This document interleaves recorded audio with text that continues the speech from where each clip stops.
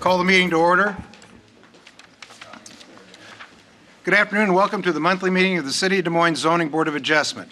This board has power under the Iowa law and zoning ordinance of the City of Des Moines to hear requests for variances and exceptions from the regulations in the zoning ordinance, conditional use permits, and appeals from the decision of the staff and the administration of the zoning ordinance, and to make decisions in such matters. This is an open and informal meeting and is currently being recorded. The board members have received a copy of the agenda, staff report, and recommendations. Copies of these are available in the trays over here where the gentleman is picking them up right now. The members of this board are citizens of the city and are appointed by the City Council. The board members are volunteers and receive no compensation for their public service. We're going to have 4 members on the board here today, and I'll start on my right. Brooke Rosenberg. Next to him is Cindy Smith. On my left, we have Mel Pins. My name's Bill Gray. Representing City Legal today, we have Roger Brown. Representing City Staff, we have Eric Lundy, City Planner, Jason Van Essen, City Planner, and Sue Ann Donovan, the Zoning Enforcement Officer. The board is required to base its decision in each case upon the criteria established by law for the type of relief sought by the applicant. The law applicable to each case is identified in the written staff report. If the facts, as determined by the board, demonstrate that the criteria established by law for granting the relief have been satisfied, then the board must grant the relief. Otherwise, the board must deny the relief. All speakers are requested to focus their comments upon those facts that demonstrate whether or not the criteria established by law have been satisfied. Each appeal will be announced in order, and the staff will present a brief explanation of the appeal. Any written comments received by the staff prior to the hearing will be distributed to the board or otherwise identified. All speakers are requested to speak from the podium over here on my right and to begin their presentation by giving both their name and address. The applicant or representative of the applicant will be allowed to speak first and will be allowed 10 minutes to present their appeal. Anyone else present in support of the appeal will then be allowed 5 minutes each to present his or her comments. Anyone present in opposition to the appeal will then be allowed 5 minutes each to present his or her comments. The applicant then will be allowed 3 minutes for rebuttal or other closing arguments. The meeting will then be closed to public comment, and the board will deliberate the request and make a decision. If your appeal is approved, we ask that you wait until tomorrow to go to the Permit and Development Center to apply for any building permits. Items listed on the consent portion of the agenda will not be individually discussed and will be considered for approval in accordance with the recommendation in the staff report unless an individual present or a member of the board requests that the item be removed from the consent agenda and separately considered under the public hearing agenda. The decisions of this board can only be appealed to the Polk County District Court. If you believe you have been harmed by an error made by this board, your only remedy is to seek relief through the District Court within 30 days of the filing of the board's decision and order. If you believe the zoning regulations applied by this board are wrong, you may petition the City Council to change those regulations. All material written or otherwise used today as part of any presentation will become a permanent part of the record and will not be returned. If you have cell phones on out there, we ask you to turn them off or at least put them on vibrate because they tend to be very disruptive to the process. We have a relatively light agenda today, but if we last around the 3 or 3:30 time frame, we may take a break. Okay. As I mentioned, we have a consent agenda, and that's consisting of 5 items. I'm going to read those off. Item 1 is an exception at 4116 Southwest 28th Street. Item 2 is an exception at 5814 Forest. Item 3 is a variance at 601 Southeast 6th.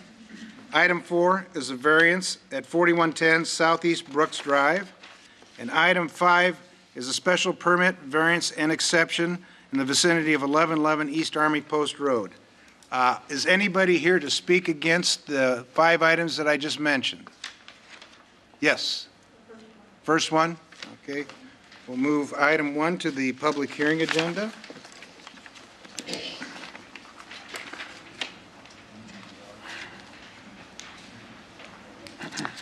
Is anybody here to speak against items 2 through 5? Anybody on the board have any questions on 2 through 5? Okay, I'll accept a motion to accept the consent agenda. Mr. Chair, I'd make a motion to approve the special permits, variances, and exceptions requested on items number 2 through 5, subject to the staff recommendations contained in the final agenda. I'll second. Okay, it's been moved and seconded. All those in favor, raise your hand, say aye. Aye. Motion carries 4-0. So if you're here for items 2 through 5, They've been approved. You're welcome to stick around and watch your government at work, or you can take off and try to stay warm on a chilly day. Thank you. Now, going forward, a little bit of protocol here. We have 4 members on the board. Regardless of how many members we have, it takes 4 votes to get an item to be passed, a variance or an exception. So if you feel that you want to wait until there's a full board, you're welcome to request a continuance, or we'll continue through with the process. And Mr. Chair, a full board is 7 members, correct? Correct. And there is no guarantee that we'll ever have all 7, as some people have found out. So, Right. So passing isn't just a simple majority of those present, it's all 4 of us must approve the That's right. request. okay. Okay. So if you feel you want to have a continuance, we will listen to it. Otherwise, we're going to move forward.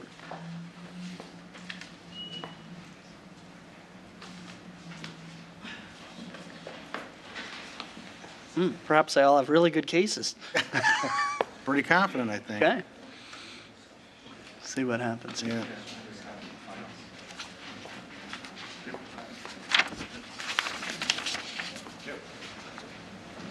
Okay, let's move on then. Okay. Item 1 is an exception at 4116 Southwest 28th Street. Yes, and I have, I'm going to pass the materials that we received from adjoining property owners around for you to look at. We had to send out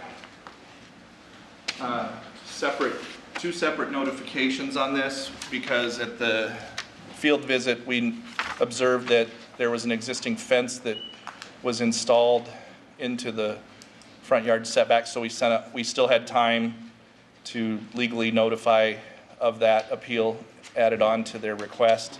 So you will notice that from your original agenda, the agenda was adjusted to add that appeal for the fence into the front yard setback along Summit Vista. And so there's two separate response cards were sent out, and the one that was the second one would have the REV after the case number on the upper left-hand corner. So you'll know who responded to which notification. So if it doesn't have the REV, they're not responding to the fence appeal necessarily. Now they may still object on both accounts or be in favor on both accounts, but I just wanted you to understand the difference in the 2 notification cards. Okay. Thanks, Eric. The property we're speaking of here on this item is in the Southwestern Hills neighborhood at the corner of Summit Vista Drive and Southwest 28th Street. So you can see the goldenrod shading there. It's a corner lot. When the property was developed, the house was developed so that the primary entrance was oriented towards Southwest 28th Street. It was given a Southwest 28th Street address. However, if you look at the way our zoning ordinance treats what's a side yard, what's a rear yard, from a technical standpoint in our ordinance, the rear yard is at the south, which is really to the side of the house as it faces the street. And then the subject setback that we're dealing with is a side yard, but it is to the rear of the dwelling as it faces the street. And then because it is a corner lot, of course, it has 2 front yards, so it doesn't have 2 side yards. So it makes it kind of an unusual scenario all the way around. Okay. As you look at the house from Southwest 28th to the northwest, it's a 2-story house. I'm not clear if it was originally a gambrel roof that was expanded or if that was just an architectural element that they wanted to have that look. My sense is that it was really a gabled roof where they put a gambreled-like element to it as kind of just a decorative thing. This is looking at it from the Summit Vista view. This vicinity would be the property line in this area to where the fence is. You can see the fence projects out away from the north side of the house. This would be the side yard of the neighboring property to the west that faces Summit Vista. And this is a little different view of that,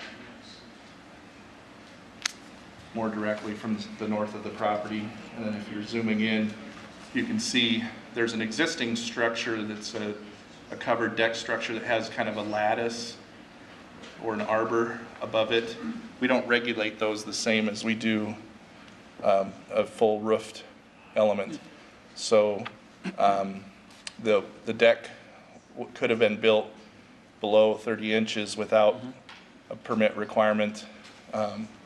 It's not clear. My understanding is we don't have any record of a permit for this actual structure right here on file, but this is the area. This would be removed to be able to place the roofed element that we're talking about coming off the house.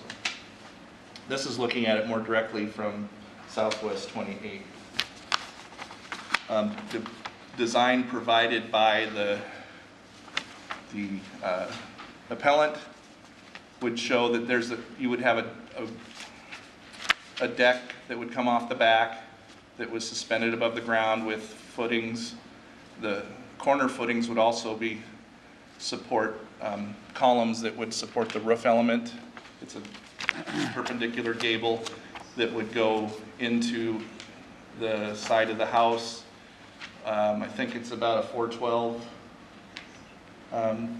Generally, we don't want anything less than a 312 for single-family dwellings without, it's small enough though that it wouldn't drive any other types of appeals if it goes less than 312, because it's not the predominant roof element of the house. They are proposing to go somewhat larger than the existing deck size with this. In fact, I was trying to read it. I believe it's 18 by 14. And I believe the existing is 12 by 16. I'll have to check that for you.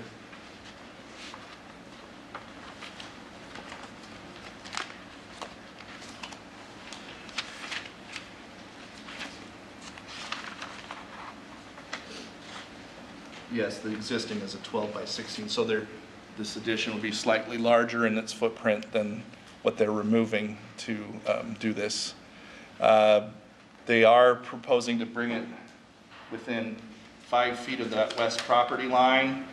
Because it's a side yard, it's a 10-foot requirement with a 2-story house.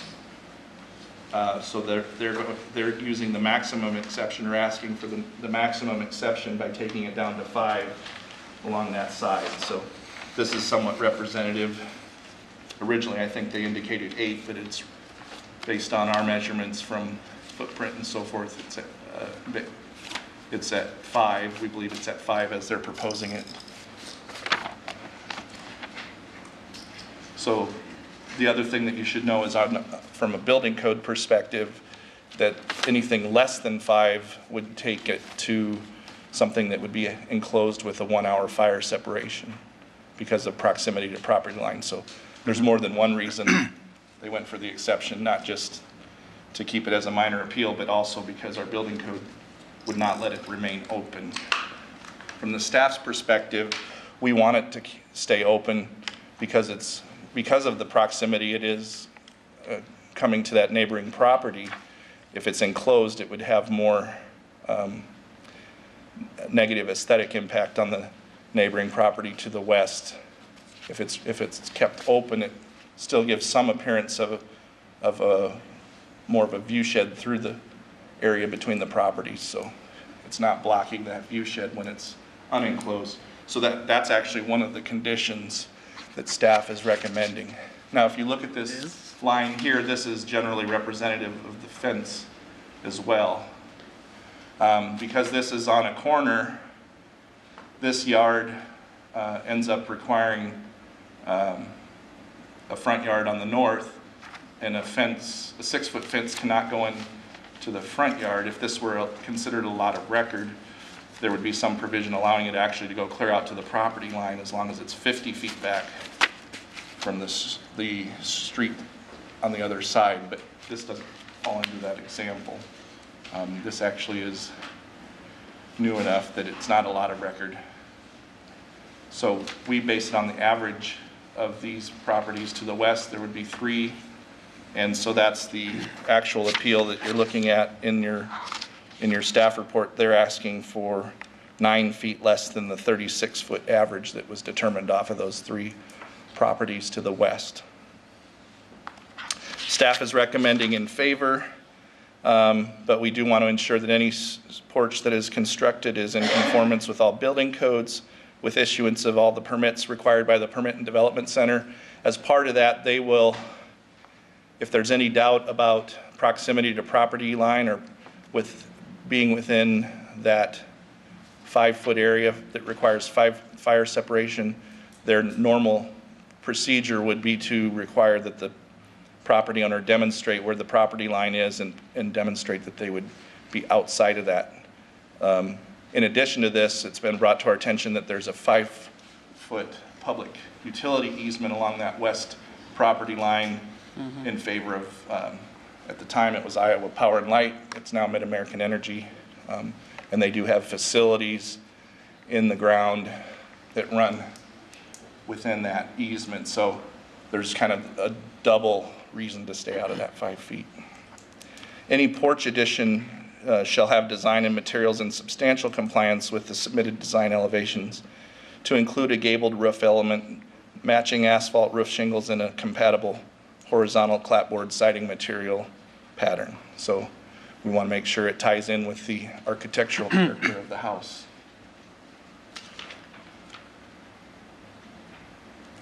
Now, because it's got a strange gambrel roof, some might argue that they want more of an inferior roof pitch on this. The house itself probably has less than a 412, so it might make some sense to actually go with a flatter roof pitch. I don't know if that changes the ability to make the structure work or not, but if you're probably going to hear a suggestion that maybe it would go to a flatter roof pitch to minimize its height. And staff from that perspective, as long as it is at least 312, I think we're okay with it. But I think we would like to see it remain as a gabled element, not a hip roof element. And you might have read a lot in that material that was passed around that there was some preference for a hipped roof element. Yeah. Are there any questions? Your area. Just to kind of be clear here, Eric, it looks like the staff recommendation, you just have 2 conditions here, but part of your recommendation is that it would be built in substantial conformance with what was shown here that was submitted, right? Yes. Which is the open deck plan. Yes. And the gabled roof. Yes. Okay, all right. So if they enclosed it, I think we would say that would be outside of that. Okay. And then you had 1, 2, 3, 4 remarks that were listed on This here. is from the neighbor. Oh, that's actually from the neighbor, okay. Somebody's got nice landscape architecture They writing. took a copy of what Okay. was submitted Okay. for the item and Okay. put their own comments to that. So, Okay, all right. Do you have a consent map? yes. And did the neighborhood group weigh in on it, or? We did not get a communication from the Southwestern Hills group. We have 2. We had 2 in opposition and 1 in favor, based on both notices that were sent out. So that is an aggregate of both. Okay. Any other questions for staff? But the neighborhood, George Davis from the neighborhood Yeah. was sent a notice. Sure, Okay. okay. And is there a requirement in city building code about making sure that easements are protected so you can't have a deck over an easement?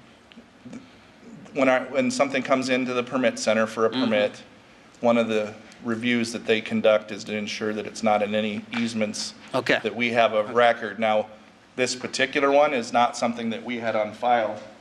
And so it was good that it was brought to our attention. Right. And I don't think it really changes anything in terms of, because they were already staying out of the Sure. easement. But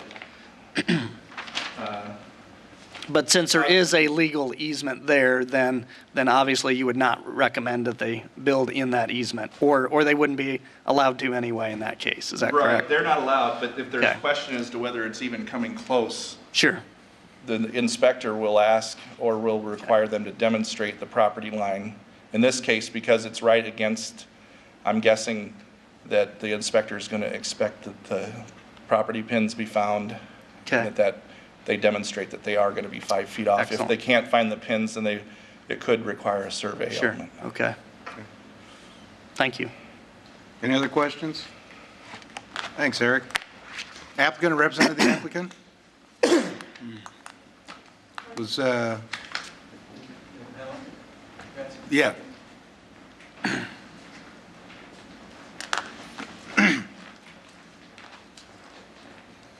Good morning. Thank you, Mr. Lundy. You did a nice job representing. I think that was a fair assessment. I'm Chris Schmidt, 1343 Cassidy, Norwalk, Iowa. I'm a builder representative for Mr. Larson, applicant. So, Mr. Lundy portrayed it pretty well there, what we're doing. We're not increasing the size dramatically, and we're making a cosmetic improvement to the house. The structure that is currently there is not built to code. It's in bad shape, poor shape. And so what they're wanting to do is improve their house, which will improve the neighborhood, improve property values in that area, cleaning up this back area. So what they're asking for to go to the 5-foot easement, up to that 5-foot limit, because they don't really have a backyard, as Mr. Lundy had portrayed. They're just asking for what any other neighbor has, which is a typical backyard. This is their backyard. It's the rear of their house. That's where their kids play. That's where they hang out. So we can understand the concerns of the neighbors, but I don't feel that this is unreasonable on the backside of their house, as it would be of conforming to any other house that had a backyard to have a structure such as this. So, but Okay. can you add anything, Mike? Okay. Have you discussed this with the neighbor before, or did they just find out from the letter they got in the mail? Yep, from the letter they got in the mail. Brooke? But does the fence stay where it is, or does the fence actually move from its present position? It stays where it stays is. where it's at. And the fence that was out of code to begin with was, I believe, was there subject to you moving into the place. Is that correct? Yes. So that was, both this structure that's currently there and the fencing that's out of code were both in place when he bought the property. But the actual physical, where the physical fence is now, is it pretty much exactly where the, That is out by the property line. So it'll be roughly 5 feet from the structure. okay, I think I get it. And there was some comments made, I think it was the neighbors who might not be in favor of this, that maybe the fence isn't even on your property. Do you know if the fence is actually on your own property? That I don't know. That the fence was there when we moved in. Okay. The fence was there and this structure was there when we moved in. Because if you're trying to base your distance off the fence of where, you know, you'd like to have the relief here that you're requesting, and if the fence is on their property, let's say a foot or so, then that's going to subtract what you've got and get into your easement more. Right. Sure. And we would adjust to that Okay. based on that. To the 5 Okay. feet, yeah. And so that wouldn't be a problem. And Okay. in fact, he's been in favor of taking the fence down because we don't know. So, Okay. so Great. no, we're not asking to encroach on to that. We would have a Sure. survey done if necessary if we Yeah, can't find. and we wouldn't be able to give you that authorization here anyway. Any other questions? Did you find the property line? No, we haven't found it yet. No. Okay. Any other questions? Thank you. Anybody else here to speak in support? Anybody here to speak in opposition?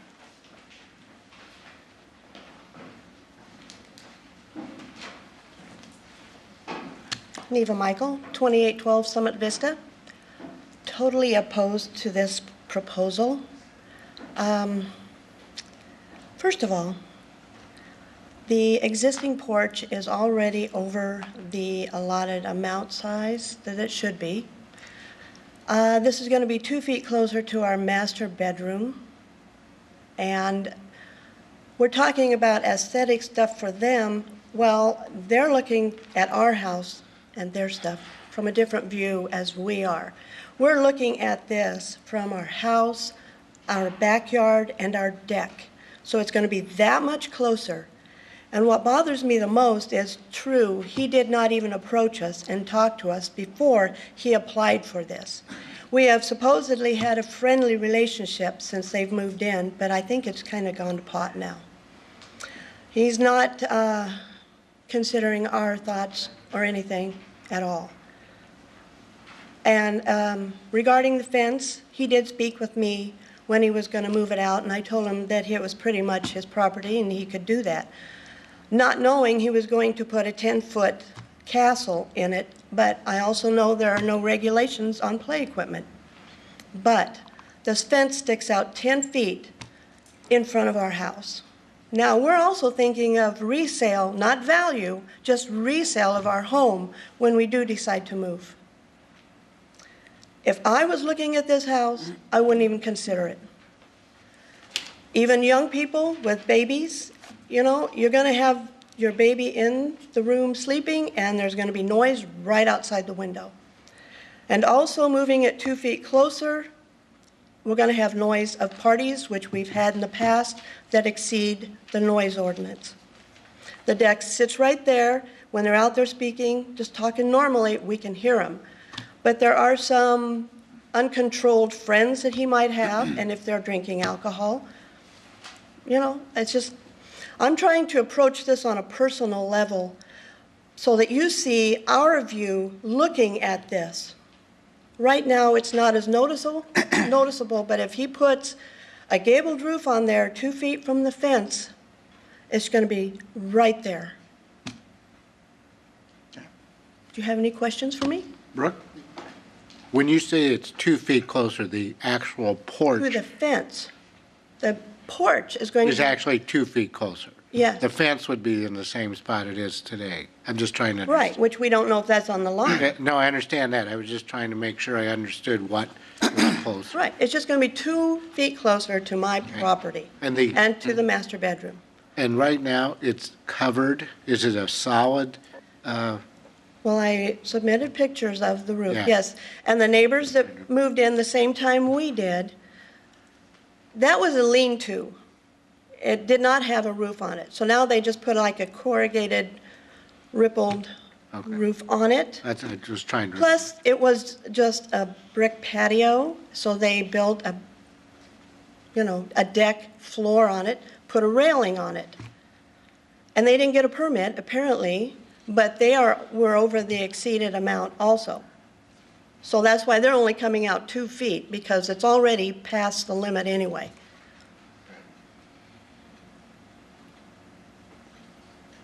I just have one question. If we disallow it, are you happy with the way it's sitting there right now? Yes, and I told him that over the fence when he approached me, Okay. that if he would just build something in that area, what's there now. But I don't want him 2 feet closer to my house. I don't want a peak looking over my backyard, and I don't want to have to look at it. You know, there are codes that in his favor, but for us, on a personal level, all I have is to come up here and tell you what I feel. And that's great. I'm glad to hear it. That's what but we want to find out some questions because we don't live right next door to I you. know, that's why I'm here. I'm glad you are. Any other questions? Neva, I've got a question. Would you say your master bedroom is close to the property line there? How many feet is your house from your own property line? Is it the 10 feet? Is there At more? least, yes. Is there more? Or is it just 10 feet? Could be. Okay. My husband will have those figures. Okay. Do you have any landscaping or any trees on that between your? No, he has trees, but he's going to cut 2 down to build closer. Okay. All right. And whatever the distance, you know, we hear the noise now. But the thing is, 2 feet closer and just the way aesthetic look from our house, it's not. Okay. We don't have anything else in the neighborhood, I don't believe, that is this way. You know, and I'm sorry, he doesn't have much of a backyard, but he knew that when he looked at the house and bought it. And he had 2 kids at the time, and now he has another one. So if I was looking for a place to move to and I had 2 kids, I wouldn't move there. Well, there's people on a lot smaller houses than I know this one that. with a lot more kids. But you than know, if I wanted to live that close to my neighbor, I would have gone to neighborhoods where the houses were closer. We bought this house 18 years ago, and we bought it because there was distance. And when we moved in there, the openness in that yard, there was nothing. And they had little kids when they moved in there, the previous owners. So Okay. there's just a lot of busyness going on there. Any other questions? Thank you. Thank you. Is there anybody else here to speak in opposition?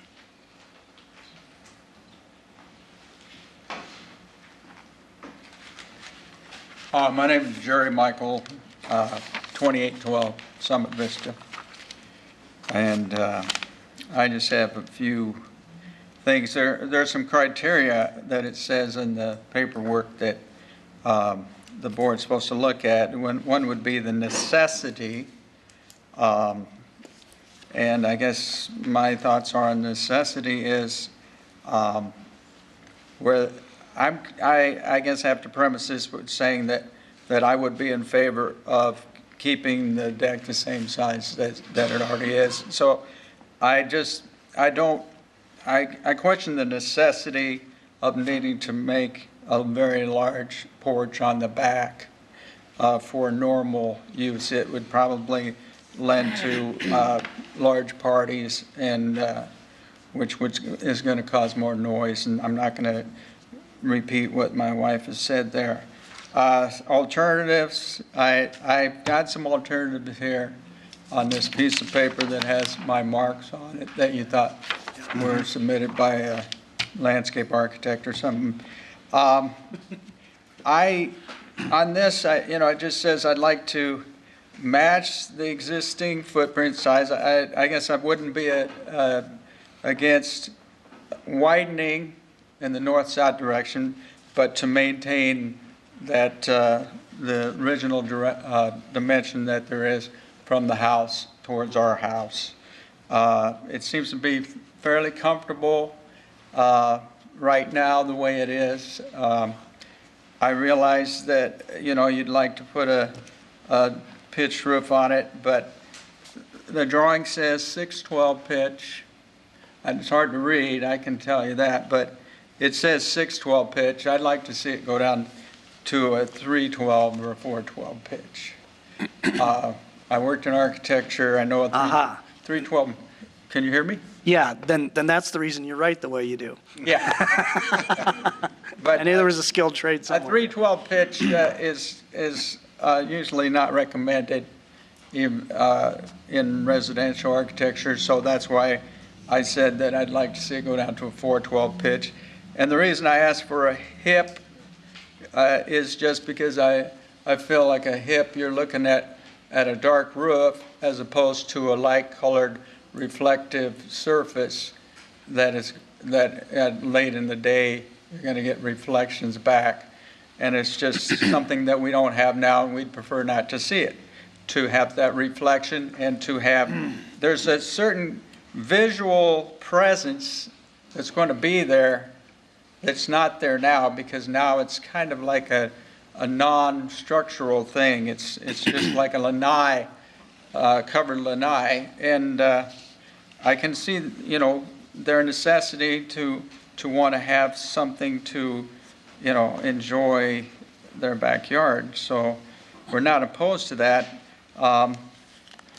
Survey, I feel that it should be an official survey. There hasn't been a survey in the general development there since the development was built back in the 1960s. And I have talked to a surveyor, and he did say there has been no surveys conducted in that area for over 40 years. So he recommended that it should be done, and of course we would hope that would be something that the person building would do. And if it turns out that the fence is on our side of the property, I would think that he would not be able to tear down something that's on our property. We'd like to see the fence stay. Electrical easements, I guess my question is probably to the electrical company, whether an overhang can go over into the easement, because if they have to get in there with the backhoe or something, they need room to get in there and dig, because there's a major power going through there. I guess, let's see what else I have here. Okay. Oh, harmony. That's a good question, because I know that everybody's concerned about how it looks. Well, not too many people are really going to see it. What they're going to see is they will go down there and they look at all these houses, and all these houses are pretty much far apart, and there's not a lot of a building encroaching into the property lines or getting closer to the fences. That has less harmony to me than just making sure that it's got a gabled roof and it looks pretty. Because to us, we don't care how pretty it is, we just don't like it that close. And when I drive around the properties in that neighborhood, I don't see I don't see anybody that's built that One close. more minute. Okay, 1 minute. Okay, and so, yeah, I guess that's pretty much sums it up there. I guess I would like to see a compromise worked out. I would like to see you guys disallow this, but we're willing to work with the property owner to let him build something that could be acceptable to both of us. Okay. Thank you. Questions? Thank you. Well, you get to come up anyway, so but before you do, is there anybody else here to speak in opposition? And you got 3 minutes. I just wanted to clarify, one of the reasons that they're getting the extra 2 feet is because of the overhang. Because the overhang cannot be into the easement or cannot be over the setback. And so technically the deck is 16 inches back from that, but the overhang, if you follow me. Well, I don't think they know that. They're thinking you're expanding the deck. It is, but the structure itself, the overhang, is what we're pushing out there. Because if we didn't do that, then we're actually making the deck smaller than it is now, which is just unusable. It's only 12 foot and Are you saying that the footprint, the actual footprint of the deck, not including the roof, is 2 foot bigger or not 2 foot bigger than? I want to say it's going to be 6 inches or 12 inches, somewhere in there, that much bigger. Depending on, I don't remember his current overhang, because we want to be consistent with what the house is. Chris, for does overhangs. your proposed plan view show exactly how you want to do that and where your overhang is? No, it doesn't. Oh, okay. It It's doesn't. just kind of a conceptual drawing more than anything? Yeah, that's what we're doing here. Okay. So, How big is the overhang? whatever's consistent with the house, 12 to 16 inches is what's consistent with the house. But, see, what they're saying here, there's existing 12 foot by Too nice. 14 foot, you're making it a 14 by 20. That's the structure, not the deck. We're talking about the structure is what we're identifying in here, not the deck. And that's not usually. Because the overhang is part of the structure. So we have to identify the furthest most point of the structure. Okay. Well, actually, the existing deck has overhang I on know it it. too. Right, and I'm not worried about the existing use, because I'm talking about what we're doing new. Well, it's just. And so what I'm asking for is that we can push that overhang up to the allowed easement of 5 foot. That's what we're asking for. So the existing deck is usable. You're saying it's not usable because it needs to be repaired, but it's been used for like 15 years. Yeah, we got to get back to a little bit of protocol, I'm sorry. I'm not here to discuss that. I'm here, Yeah, I just wanted to clarify the overhang part and the Okay. deck size, All right. and that we have to do that for the overhang, because that counts part of the structure. okay. Hold on. So what you're saying is that the actual structure of the porch itself is maybe 6 to 12 inches larger than the current structure, but the overhang is it's 2 feet more. Is that? Yeah, it's, the current overhangs are either 12 or 16 inches, I can't remember offhand. If you change the pitch, as the neighbor requested or asked about, from 612 to 3 or 412, would it change the? No. It wouldn't change the overhang, No, it and would act- just change the And actually, I pitch. should clarify that too, when he brought that up, Mike had already changed the pitch down to 412. That was the first rendering, the wrong paper got submitted. So it already was anticipated to be a 412. Okay. So is that going to end up being a gabled, or, okay, still be a gabled roof? Gabled. Now, did you hear this idea that he'd like to see a hip roof? It's not consistent with what the house has. You're not staying with the conformity of what the house, because it has gable ends.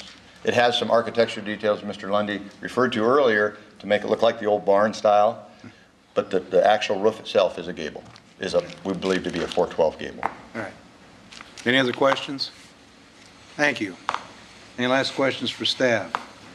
I have a question for staff. Eric, since we had kind of a side yard use here, pretty close to someone else's side yard, I'm surprised you were just putting this on consent.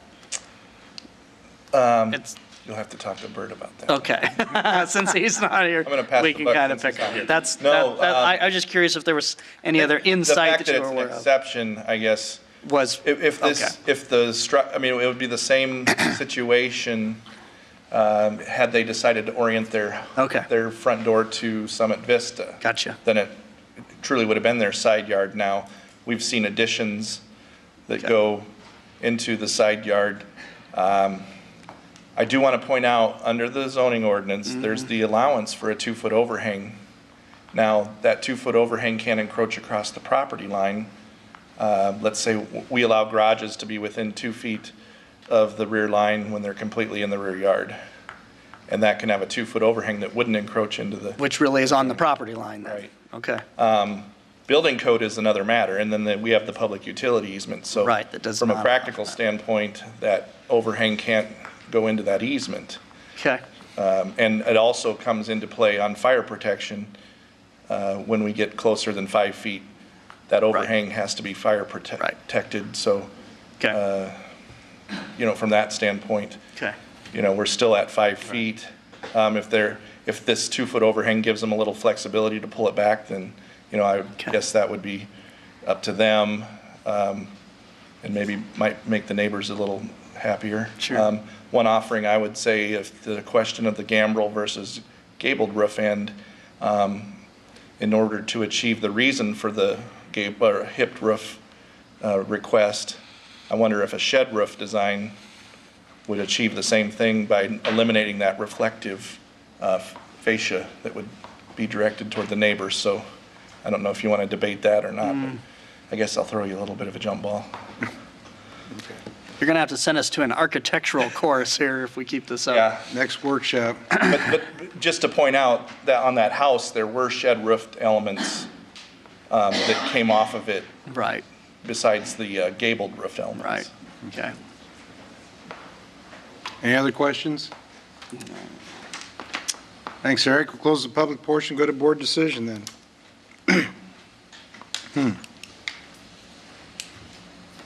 Move staff. If we would move staff, he'd still be required to keep it out of the utility easement, any and all portions, including the overhang. And if the inspector finds that he needs to prove where his lot line is, he'll have to do that Right, too. right. So he'll kind of be pushed back a little bit. However, in essence, I guess, to use what the neighbor said, it'd be another 2 foot closer, but I would still think this would have to somehow be an improvement over what we have on the property now. And if it's the overhang that's the 2 foot, then Then maybe nothing is gained by the applicant. So, well, Cindy's got a motion out to approve staff. Here's a second. unless there's anything we need to clarify on that easement thing, which I don't know that there is, that's by default anyway. Is that correct, Roger? Compliance with all easements? Yes, I mean, Okay. on the electrical easement, we would not want to have construction over it. An overhang. I would ask that the staff, if this were approved, that they put in the order that the 5-foot setback, including overhang, be respected. Then based on what he Yeah, just said, we can put that language into the decision in order. It doesn't necessarily have to be a condition, it's just more of a clarification for All right. anybody that finds it in the future. and since you are there, if they have to take out a tree, a mature tree to do this, do they have to replace that? No, this is single family, so Okay. mitigation isn't All right, the mitigation applicable. ordinance doesn't Yeah, doesn't and I require didn't that. hear any mentioned, I mean, I heard the neighbor indicate Sure. that, but I didn't see how the proposal would necessarily remove the trees. Okay, all right. I don't need to get into that. No, tree stays. Okay, well, that's good anyway. All right, then I would second Cindy's motion with If we- the clarification from Roger. If we approve the staff, I don't know how since there's been a total lack of communication, how is this going to help maybe come to some compromise, as the neighbor said? And it seems to be agreeable to if we just go ahead and approve as is. I'm not quite sure I get the logic here. Well, you're right, and I would say that if they took the time to come here, I would hope that now you talk to each other over the fence, and so if they have concerns, that you take that into account, because I'll tell you, a good neighbor is hard to come by, and so, they've got some concerns, but it sounds like they're willing to work with you on the things, so, I mean, we can probably get through with the decision on this, but by no means should you ignore the input that they have for you, so. Right. All right. So, We can't make them, but. no, I as a understand that. friendly reminder. So the logic is to approve it versus continuing it until they have a discussion? I think so, yeah. And if I vote no, it goes nowhere? Goes nowhere. And then what happens? Then they'd have to come back with a substantially different application again. So what are we saying then, Brooke? Well, after hearing that the size of the deck really isn't a lot bigger, it's just the overhang issue that made me feel a little better about it. I think there's ways to work together. Sure, yeah. Well, and there have been concerns expressed on both sides. I am concerned when somebody says, our past neighbors didn't have any kids. Kids are going to make some noise. That's a good noise. But by the same token, if the owner's going to have a bunch of beer parties in his backyard, I wouldn't like that either. So I would enjoy the sound of the children, and hopefully the neighbor won't have quite the extensive parties when he gets his new deck done. And then hopefully each of you work together, and that's kind of what life is about. If I saw a larger impact to a neighborhood area as a whole, then I'd be on Brooke's wavelength about maybe looking at a continuance. I think this is a matter of two people getting along here, and I think they can find a way to meet that balance. Can I request a continuance? Well, it's interesting. Would a continuance help? You're the one that suggested it. Would a continuance help? It's just my thought process. I mean, the neighbors seem very willing to compromise. It even says, if I recall, it could go lengthwise versus out. The overhang, if they had a discussion, in my mind, may be a better thing, because it would seem, if the roof is more solid, to help buffer some of the sound, because it's hanging down farther, which would drive the sound down. I don't know. I'm not an engineer, but I just hate to see that we pass it and there's animosity all around. I've got a good idea here.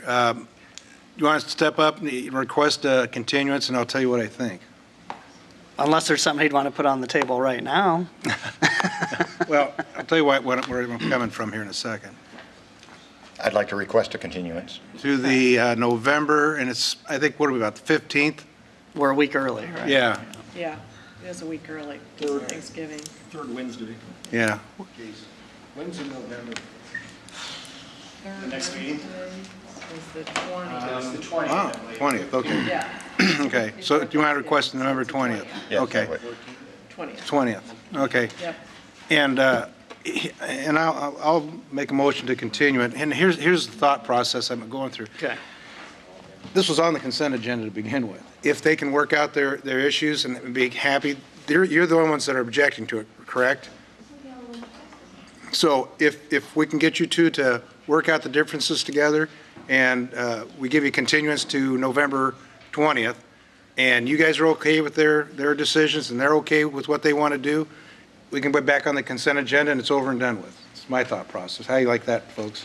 I like that. Okay, so I'll move to continue to the November 20th meeting. Don't I have to withdraw my motion? Yeah, you better, just be Okay, safe. I'll withdraw my motion. Okay. That okay, Roger? All right. So then I'll put a motion to continue this to the November 20th meeting. Okay, Is there a second? I'll second that. Okay. Been moved and seconded. All those in favor, raise your hand, say aye. Aye. Motion carries 4-0. In a way, I hope I don't see you next month, but I think you'll have things worked out. Thank you guys very much. You know, this is one of those times that both parties leave happy, so thank you. Wow. I burnt that one up. Moving on to item 6. This is continuance. It's been continued a few times. This is appeal of zoning officer's determination at 315 Southwest 14th Street. Chair, members of the board, I'm going to present Sue Ann Donovan, zoning enforcement officer. The property in question is on Southwest 14th. You want me to help you with those? Sure. I'll get them. So here's Martin Luther King, Southwest 14th, and Tuttle, and it sits back behind. Not sure why we have so many maps. It's currently zoned C3B. Here's the consent map. We had one card in favor. Additionally, on October 21st, we had a letter from the real estate agent for Norfolk Southern Railroad Corporation, saying they don't object to the current use of the property. And that, I copied that for you because it wasn't included in the original set of materials based on the code requirement. Okay. As I stated, the property is currently zoned C3B. There are approved uses in 3CB, including all of the uses that are allowed in C2, with the exception of automobile, trailer, motorcycle, boats, farm equipment establishments for display, hire, sales, including sales lots and vehicle display lots.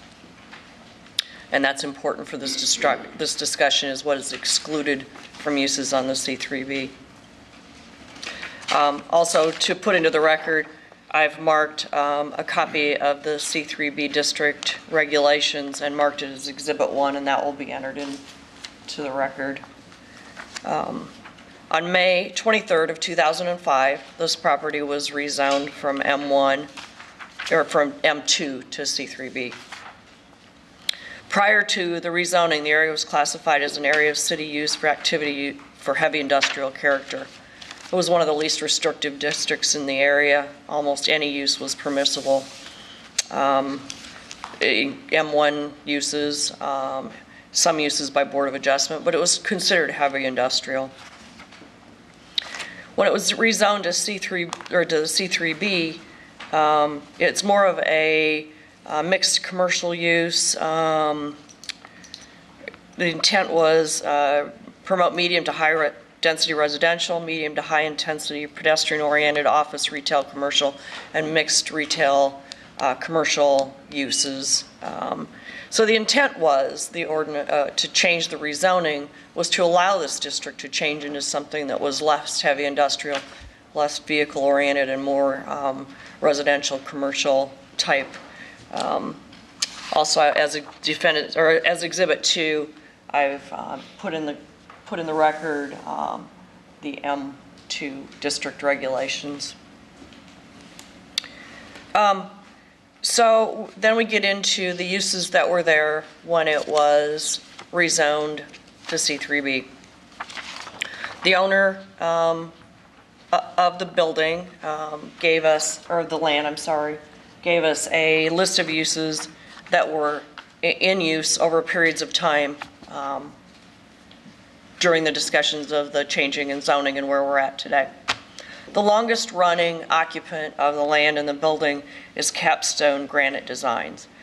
By the owner of the property's submission to us, they had a lease agreement that was entered into October 1st of 2004 and is currently in force and effect. Capstone Granite Designs manufactures granite, fabrication of granite countertops. They have a warehouse, they have distribution, and they have some inside and outside storage of product and vehicles used in conjunction with that business use. For instance, they have trucks that haul the granite to homes to install and haul the granite to wherever it needs to go. The trucks are owned by the business. They are used by the business in its normal daily operation, and those are the vehicles parked on the lot as an accessory to the primary use of the manufacturing and installation of the granite countertops. Lumberman Wholesale had a lease 05 to 13, and then there was another lease in there to allow storage of snow removal equipment in 2004. Over time, you've had Wells Fargo Home Mortgage in there. They used office space, had some stuff stored outside in conjunction with repair and distribution, vendor deliveries, pickups, inventory management of some of their business uses. Older uses were White's Company, outside storage of steel, vehicles, equipment, concrete. That was in 09 to 09. So that was a very short period of time. We have a lot of these leases being short-term. I think what's in there now is probably Capstone and Lumberman Wholesale. It looks like there's one that expired in March of 13, Himes Corporation. And then we have a new leasehold in there. And that's the RV1 Superstore Inc. use that is the use in question. I've marked the presentation of uses and leases given to us by the owner in getting ready for our determination as to the uses, and I marked that Exhibit 3 and will have that be entered into the record. Quickly, just to sort of go through what the uses look like on aerial over the years, I printed out a series of assessor's maps, and they're marked Exhibit 4 through 14, and we'll put those into the record as we go through. In 2000, you see there's hardly any use on the property for storage. 2002, you see some parking.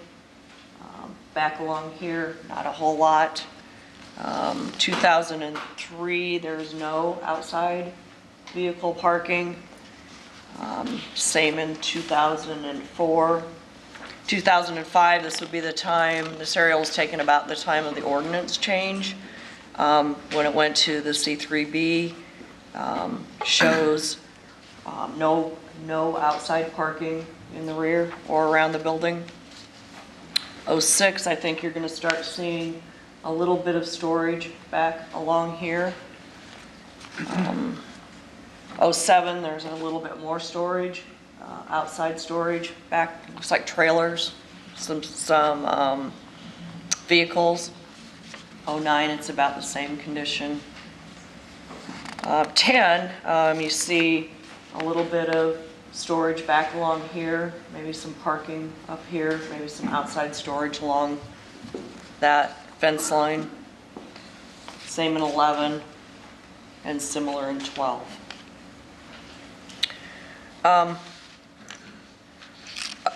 Over the years, so there's been a legal non-conforming right that remains intact for Capstone Granite. They were there before the ordinance changed. They remain doing what they've been doing. There's no impact on them of the rezoning because they have legal non-conforming status. But now they want to expand the legal non-conforming or change the use of the land and the building to add RV storage. The storage of the RVs is a little tricky. They've established this is their storage lot, for overflow for the primary place where a customer would come and pick up an RV, which is on Southeast 14th.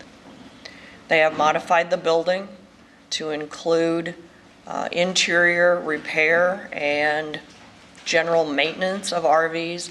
The understanding I have is that they clean them, they replace maybe carpet, they make sure the tent and awning structures are intact.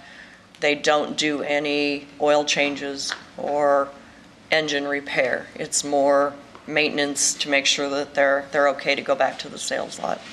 They do have an office there, they have restrooms there, they've installed new overhead doors. So they have structurally altered the building in order to change the use of the building to allow the RV storage. You can, under the ordinance, extend throughout any part of a building which is manifestly arranged or designed for such use, but you shall not extend to occupy land outside the building. That's under 134-1353B3. That's not what they've done. They haven't expanded throughout the building in a similar use. They've changed the use. We now have an RV dealership there. I understand the customers don't necessarily come there and wander around and look at RVs. That's not the intent of this. Now, whether you can stop somebody from wandering around, I don't know. I mean, that's a whole nother issue. Under 134-1353B4, you can change a non-conforming use in the building to a similar or a less non-conforming use if you don't do any structural alterations. I'm going to submit plaintiff's or our exhibit number 16, not plaintiff, I guess, that shows a building permit was taken out, and part of that building permit included structural alterations to the building. They did structural alterations to an overhead door, which included a new masonry wall opening. They had to put in fire sprinklers as a part where that wall opening is. This is my understanding from reading the building permit. So they did the structural alterations. So they can't rely on the fact that if you decide that a vehicle display lot is the same as a similar use in this district under the M1, M2 use, they still can't argue that now because they've structurally altered the building. So that argument on that nonconformity goes out the window. And I'll put the exhibit 16, which is the building permit, into the record. I also want to put in exhibit 15, which is the nonconforming ordinances on use of nonconforming use of structures and land. Put that into the record. I think we don't, under the ordinance, there are use categories defined for uses. You have to make the argument of what is the best definition that fits what this use is. It's a vehicle display lot. It's a vehicle storage lot. It falls under the vehicle display guidelines. This lot has legal nonconforming right for M1 uses under the nonconforming ordinances, but not to change it to another use that would have been allowed in an M1 at the time that it was M1. You can't continue to use M1 after the rezoning just because you're going to keep putting M1 uses in there, different uses in there, and put them in there. It's not the intent of legal nonconforming status. When the ordinance changes the zoning district, the council is saying, we want this use in this area to change. We want it to become a better or a different use under what our comp plan is and how we're trying to do this corridor. The intent of legal nonconforming is to not have legal nonconforming status and go forever and ever. It's to phase them out. If we allow this use to go in there, we're expanding the legal nonconforming. They don't have any right to this use. It's not a contractor's storage yard. You can't argue that these RVs are contractor's equipment. They're not. They're not stored by somebody who's in there doing a manufacturing and this is their accessory vehicles to support their manufacturing. They're not manufacturing there. They have an office. They retrofit these RVs and they work on them. They put them out there and then they move them down to the other lot or the actual customer. It is an extension lot. It's an extension of their primary lot. Checked with the DOT. Do they, Iowa DOT, do they need a license or a permit to have this as a satellite lot? DOT says, well, no, not really. They're not having people come there and walk around, so they don't need a license. Interesting, it would have been easier for us to make the determination. I mean, it would have bolstered our case to say, yeah, they need a permit, and I'm not going to sign off on a zoning letter for the DOT to allow a vehicle display lot there. Do we look at state law to read our ordinances? No, we don't. It's nice for them. They don't have to have a permit through the state. It still makes it a vehicle display lot under our ordinance, and they still need the correct zoning to do it there. Again, the rezoning is a conscious effort by City Council to manage land use. And we grant legal nonconforming rights so that businesses can continue as they were. They don't get the right to go in under the M1 just because they have an M1 use there and say, now I'm going to do an M1 use of a different nature and a different impact. And this is a different impact. This is not what we want on corridors that are C3B that they were trying to upgrade to do a whole different use. We've got apartments going in, we've got mixed use, we've got hotels going in these zoning districts. We don't need a vehicle display lot on a legal non-conforming lot in the middle of this area. It's not a permitted use. It has no legal non-conforming status. So if they continue with the granite business, they're still okay? Yep, granite business is fine, no problem. Can you tell me again, what did they change structurally? Just the overhead door? They put in, if I can see the permit. Interior alterations to the south tenant bay for a new RV prep shop with offices and break room. On here they noted no vehicle repair to be performed when you go into the permit. I can pass this around if you want to see it. There are the structural designs for the new masonry pass it doors to create that new tenant bay for the RVs. So it made it bigger or just? They made the doors bigger. They put in new doors. So the doors are bigger? That's the structural alteration plus the interior alterations of the And the interior spaces. Alterations are I went to permitted? building, I said, is this a structural alteration, what they've done? And they said, yes, it's a structural alteration. Don't pass that. And I have another question. Go ahead. You're classifying this under vehicle display lot, is that correct? Yep, And the reason is? because it is storage and display of vehicles for sale on another lot. So it's not, the ordinance doesn't say you can't store RVs on a lot without the ordinance says this is a vehicle display lot because there isn't any other definition for what they're doing. They are storing automobiles or RVs for sales. And if you look at the definition, it says automobile, trailer, motorcycle, boat, and farm implement establishments for display, rental, and sales, including sales lots. That's one of the things that is not allowed in a C3. Everything you just said has the ability to move. These don't. Yep. That they do move. Only if they're towed. No, they drive. They're an RV. Like a Winnebago. Winnebago.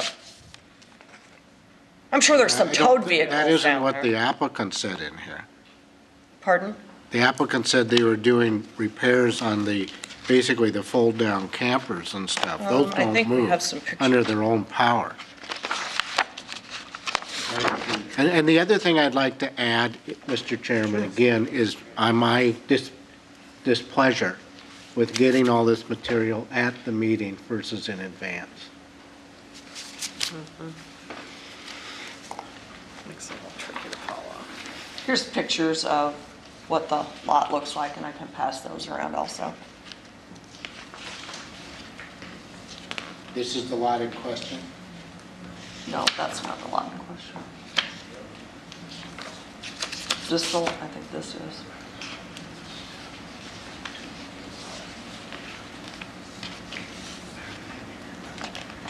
Is this the lot? I believe. Oh, no, that's, well, the appellant gave us these pictures, so they'll have to explain which one is this lot and which one is Southeast 14. This is this lot. The interior space? Yep, the interior space of this lot.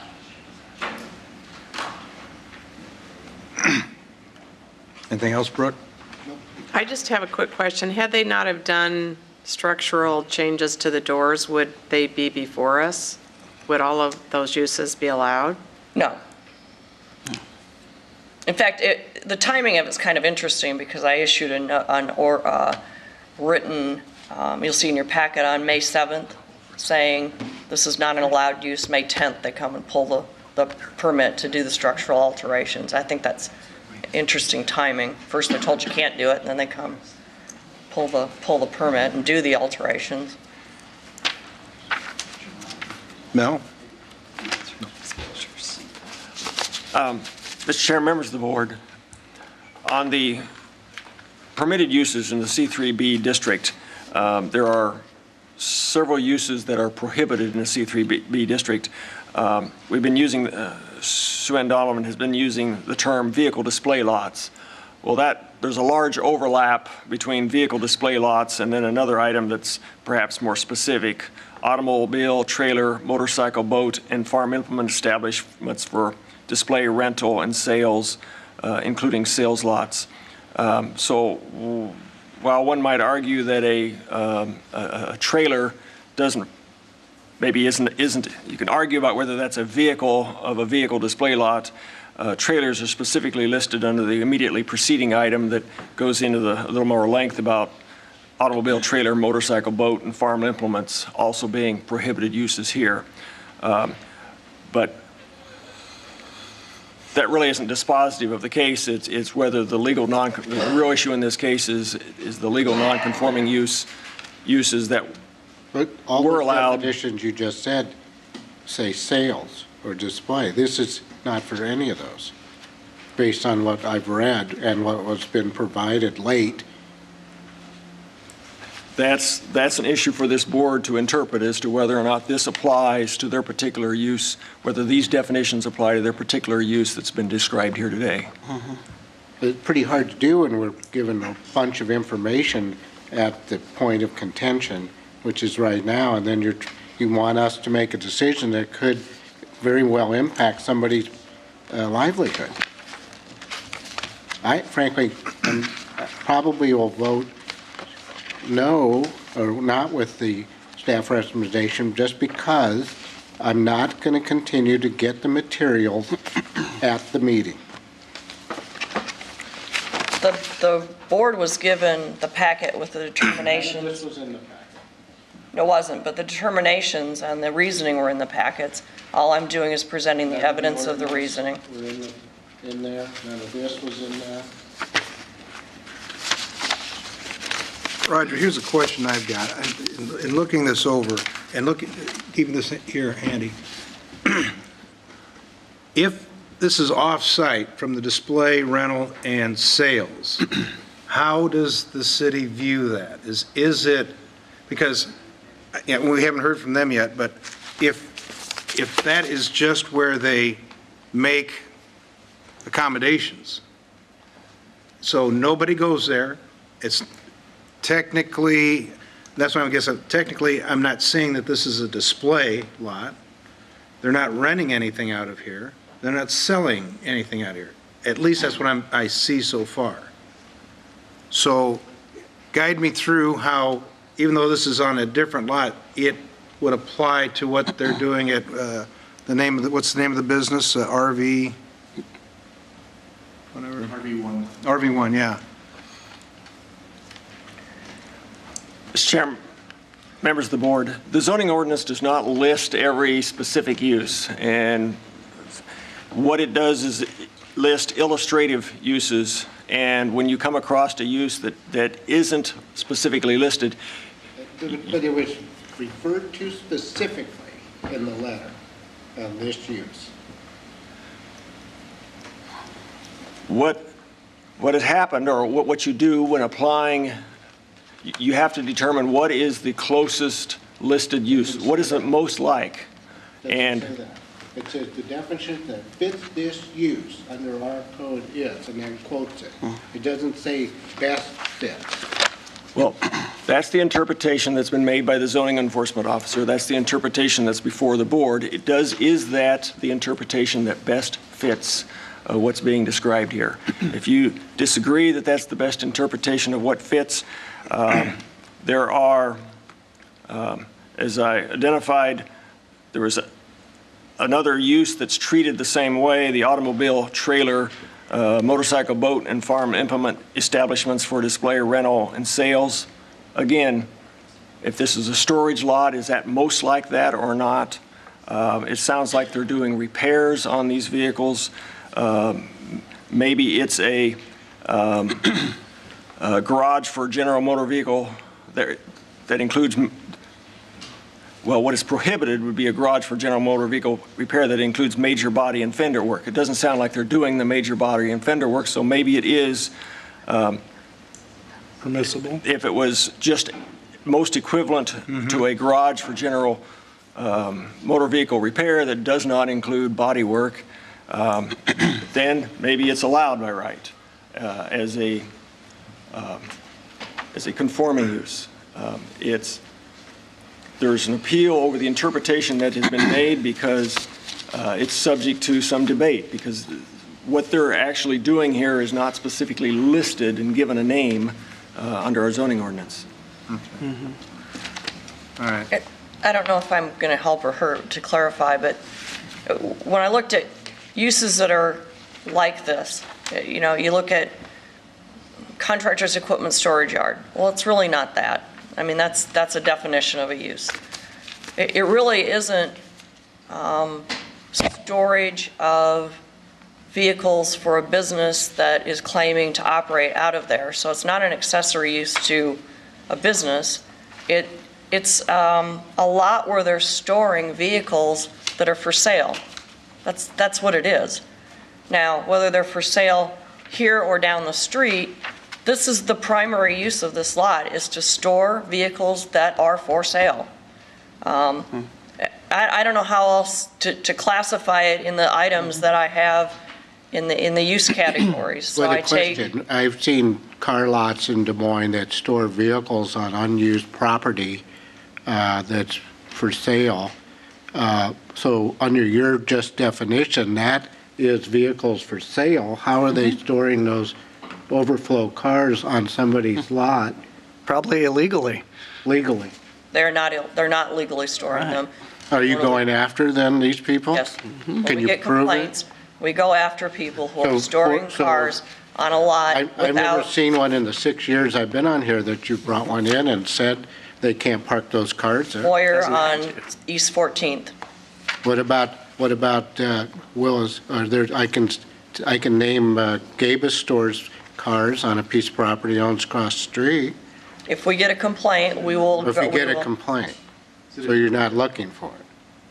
We look for them proactively, we act on complaints. We I've do never it seen both one in ways. 6 years. But Brooke, you wouldn't see it here. It would not come to you unless it's on an appeal. Well, but you're making your case on the fact that it's for sale. I am. Okay. And if there is an enforcement on another lot where they're storing cars illegally for sale, we prosecute those also. All right.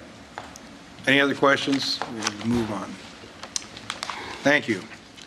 Applicant or representative of the applicant?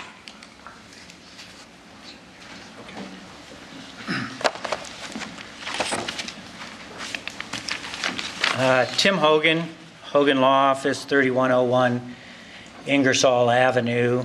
I'm here on behalf of the applicant. The applicant is actually Capstone Ventures, which is the property owner.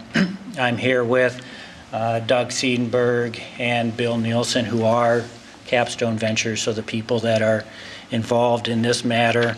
Also with me today is Matt Shearer, who is here with RV1, another person who is directly involved in this matter. A couple of housekeeping matters. We have been on your agenda on a couple of occasions. The first time we were on the agenda was somewhat of a surprise to us. I think it resulted in part due to just the placement of our application and some staffing and scheduling issues. And so the city agreed that they would continue it. We came back to the subsequent meeting, and at that time, we were faced with this situation basically that you raised at the beginning of the meeting, where you only had 4 or 5 members. And at that point, we had the discussion and elected to continue with the understanding that whatever we continued to, we would have to make the presentation. And so here we are, here we are today. This is really a question of legal non-conforming or grandfather use. I think it's somewhat of a political question for the city because they anticipate some development off into the future in the general area. For us, it's a real economic decision. And the reason for having legal non-conforming uses is that we want to have properties that undergo broad sweeping rezoning to continue to have economic viability for its owners and to await the long-term transition that occurs in the neighborhood. We understand that. We feel as if this property is continuing on with its legal non-conforming use. The property is leased by the property owner, Capstone Ventures, in whole to an entity called Capstone Granite Design, which is the granite manufacturing assembly company that is on the property, also owned by Doug and Bill. And it assembles, manufactures inside the building and stores its goods outside. What brings us here is a sublease from that granite business to RV1. And RV1, it's our position, is continuing on with the same use in nature and under the code really as the granite company. What RV1 uses that site for is for under the words that you have in your zoning ordinance for manufacturing, assembly, etc. It is basically a receiving area for its units, RV1 units of all styles, pop-ups, pull-behinds. Some have, ability to drive, but they arrive there. They go inside. They get assembled. Assembly being what I would probably call as a car owner detailing, putting together the things that are inside, putting on the awnings, taking off the plastics, putting in carpeting, the things that need to occur inside the building. So it's the manufacturing and assembly that is not unlike the other use that is done by the granite. And then there is placement of those goods out in the lot, and there is no sales, display for sales, rental, any of that occurs at this property. RV1 has another site, which it actually has a display lot for the sale, rental, etc. Of campers, motorized vehicles.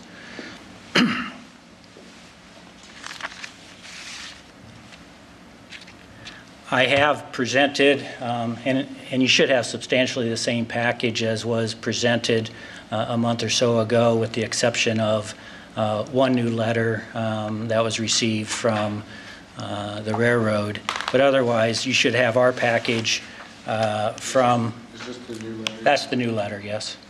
But otherwise, I hope your package has all of our exhibits. And I'll use those as I walk through my presentation. Mine may be in a different order than are in your package. The first, and I would move to have all those admitted into the record. I haven't marked those as exhibit numbers as Sue Ann did, but they've certainly been presented. The first thing I had to talk about was I had highlighted your code sections, and we're talking about a legal non-conforming use. Today's the first time that we've heard from the city on that issue as this being a structural change. We've been in discussion with the city for some time about this, and that has never been referenced before. The only change to this property were interior changes and the adding of a garage door. There was nothing structural or expansive about those changes. The building permits were issued and all the work has been performed.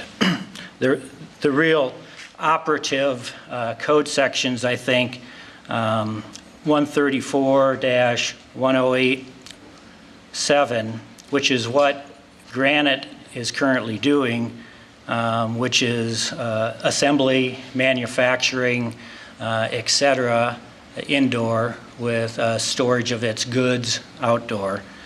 That is the same thing that RV1 is doing.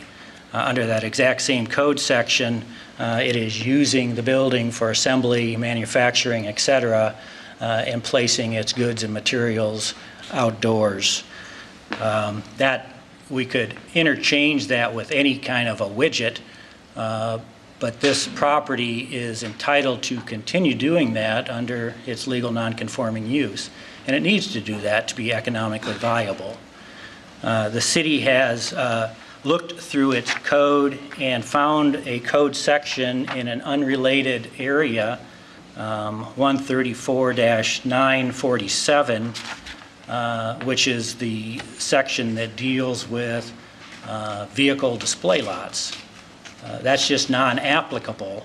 RV1 does have a vehicle display lot, which is over on Southeast 14th Street. This isn't it. The words that are in that section say that that property is used for retail, service, or recreational use of automobiles, trailers, etc., for display, hire, rental, sales. This property is not a retail location for sales, rental, etc., of these units. It's just a non-applicable code section. Flipping through the discussion we've had with Sue Ann and the city, in your packet you have a letter May 7th, 2013, and you've had an opportunity, I'm sure, to look at that. I'll just point out a couple of things in that. First is in the third paragraph, the city's determination in this case was based upon the building expanding the current footprint. And that's what they were thinking might be happening and therefore was going to be a non-conforming use. That is clearly not the case. There have been no expansions of the building. There have been no, in my opinion, structural changes to the building.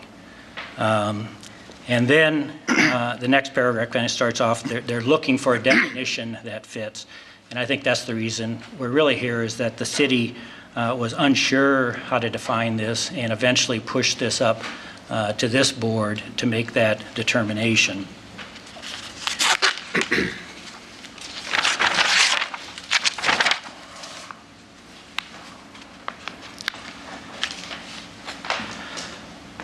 In Sue Ann's letter of June 3rd, the city says that they agree that legal non-conforming rights will continue in its capacity as an M1 for manufacturing, storage, et cetera, of capstone. In her presentation today, she said it was really the M1 district was intended to cover just about everything. What she's listed in there for what capstone Granite is doing is the same thing from a zoning definitional standpoint as what RV1 is doing. If you accept that premise, then the city is telling you that in fact this is a legal non-conforming use. Another one of my exhibits points out, and Sue Ann used it, we provided the summary. This lot, hopefully you've had a chance to go and look at it, but you know, this lot sits out down at the end of the street, has been used for years, not only by Capstone Granite, but for other uses. good corporate citizens of the city, Lumberman's, Wells Fargo, White's, and it's the pictures that were shown are dependent upon, when the picture's taken, but the yard has been used for storage of different kinds of materials and different kinds of vehicles throughout the years.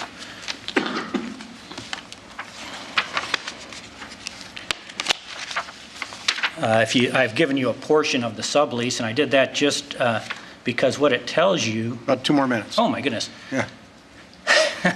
What it tells you is that the use parallels the language in the zoning code that we're relying upon. What their use is to receive, maintain, detail, assemble their vehicles. Moving quicker, the DOT has told the city with no uncertainty that this is not a vehicle display lot. And there's a letter stating that in the record. They have issued a permit for a vehicle display lot. That's a different business in a different place. I think it's important to note you have letters in the record from North Fork Southern, from Dave Moffett. Those are the neighboring properties that would be directly impacted. You should also have in the record the card that was sent back in support of this project by the Downtown Des Moines Neighborhood Association. I don't believe, other than staff, that there will be anybody here that is in opposition to this. In the record, you'll see the design showing no structural change, no expansion. I will take a quick minute to show you the pictures because you were asking about, and they should be part of the record too, but I'll try to clarify what was put up there. This picture is a picture of the assembly that is going on inside the building. So this is actually at the site in question, and you can see the units that are being worked on. The next picture is a picture of units after they have gone through the assembly process and are now outside of the building on the property in question. This picture is also the property in question taken from the road behind, just giving you another look at those units sitting outside.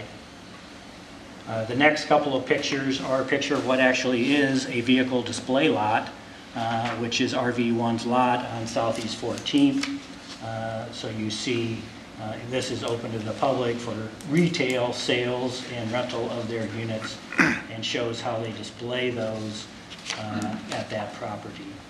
And finally, there are a couple of pictures from years past and prior projects showing other types of materials that were at the subject property stored in the location that was shown over time.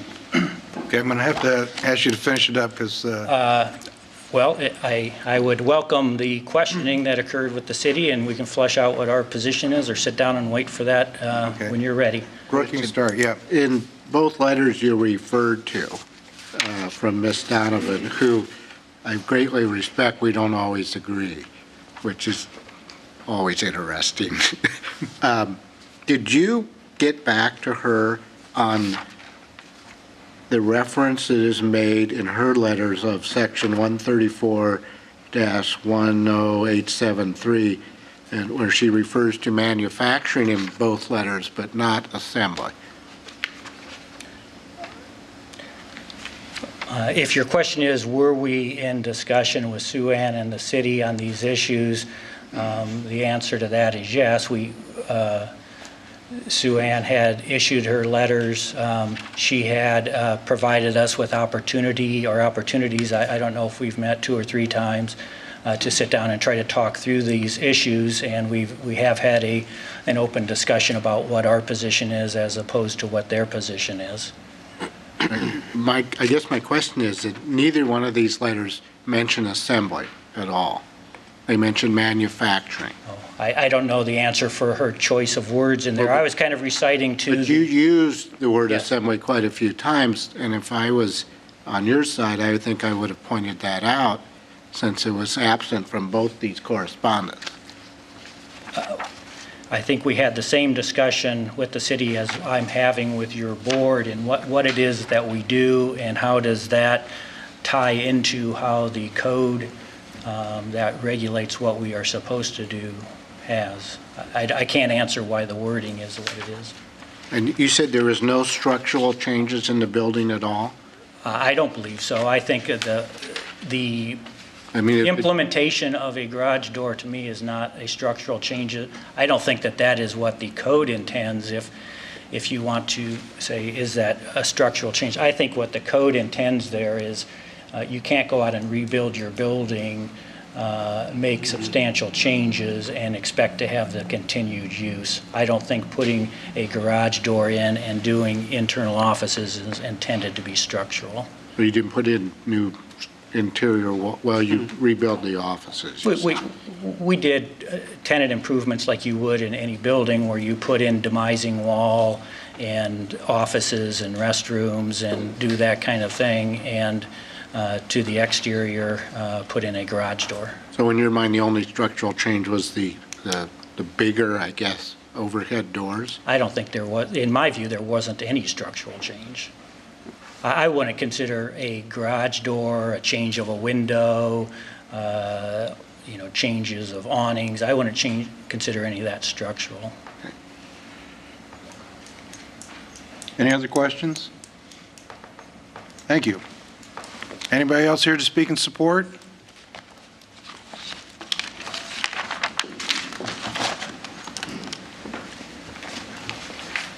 Good afternoon. My name is Matthew Shearer, 661 19th Street, Des Moines, Iowa. I'm the Director of Sales and Marketing for RV1. The home base for this company is in Albany, New York. We're actually a national store. We have the display lot, which is on Southeast 14th Street, and that's where we do all of our retail sales.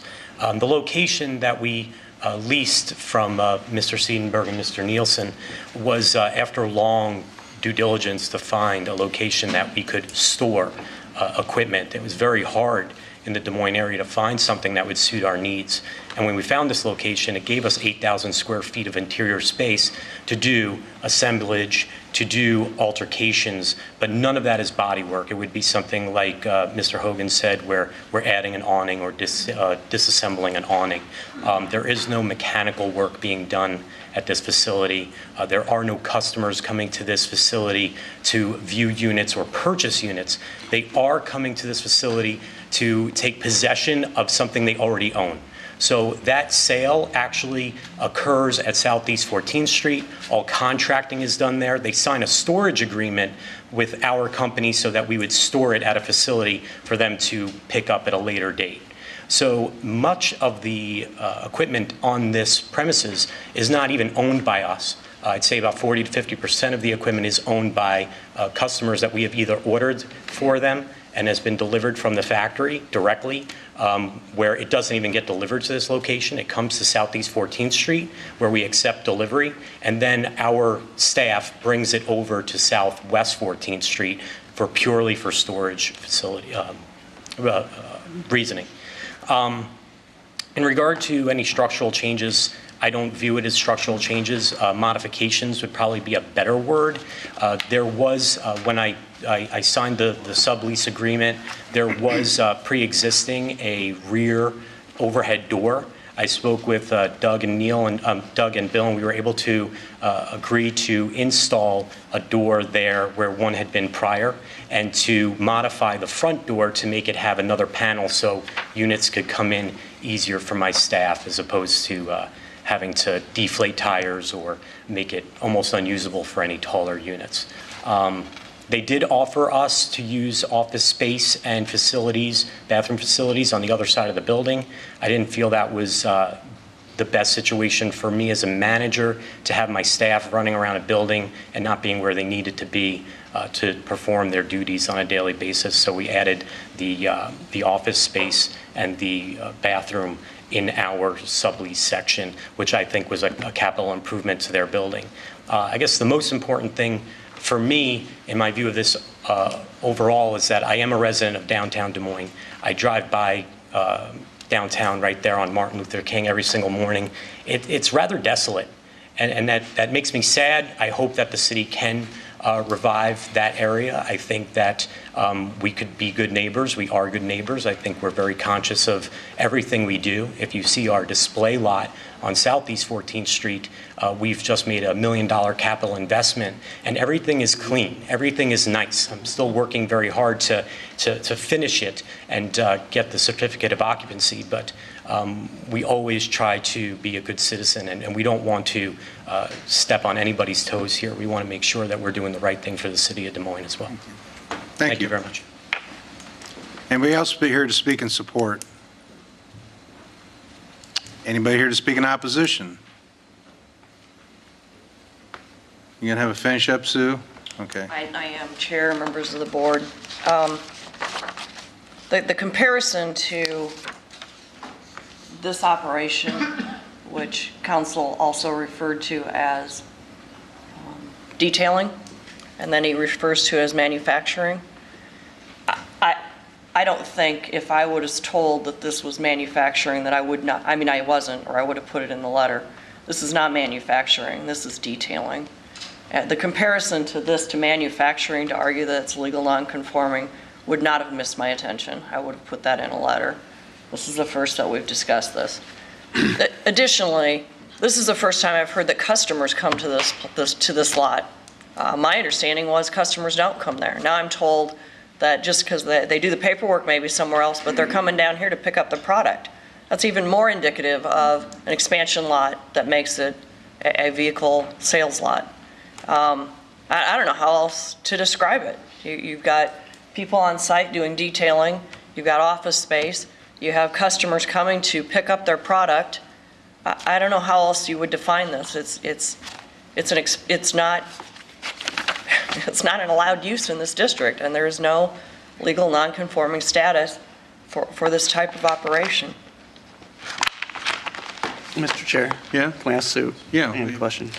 So Ann, if I wanted to open up just a vehicle storage lot and just say, hey, I'm going to hang on to stuff for people I know, charge them rent, maybe I don't charge them, but I'm going to have a vehicle storage lot, could I do that in the C3B district? No. Okay.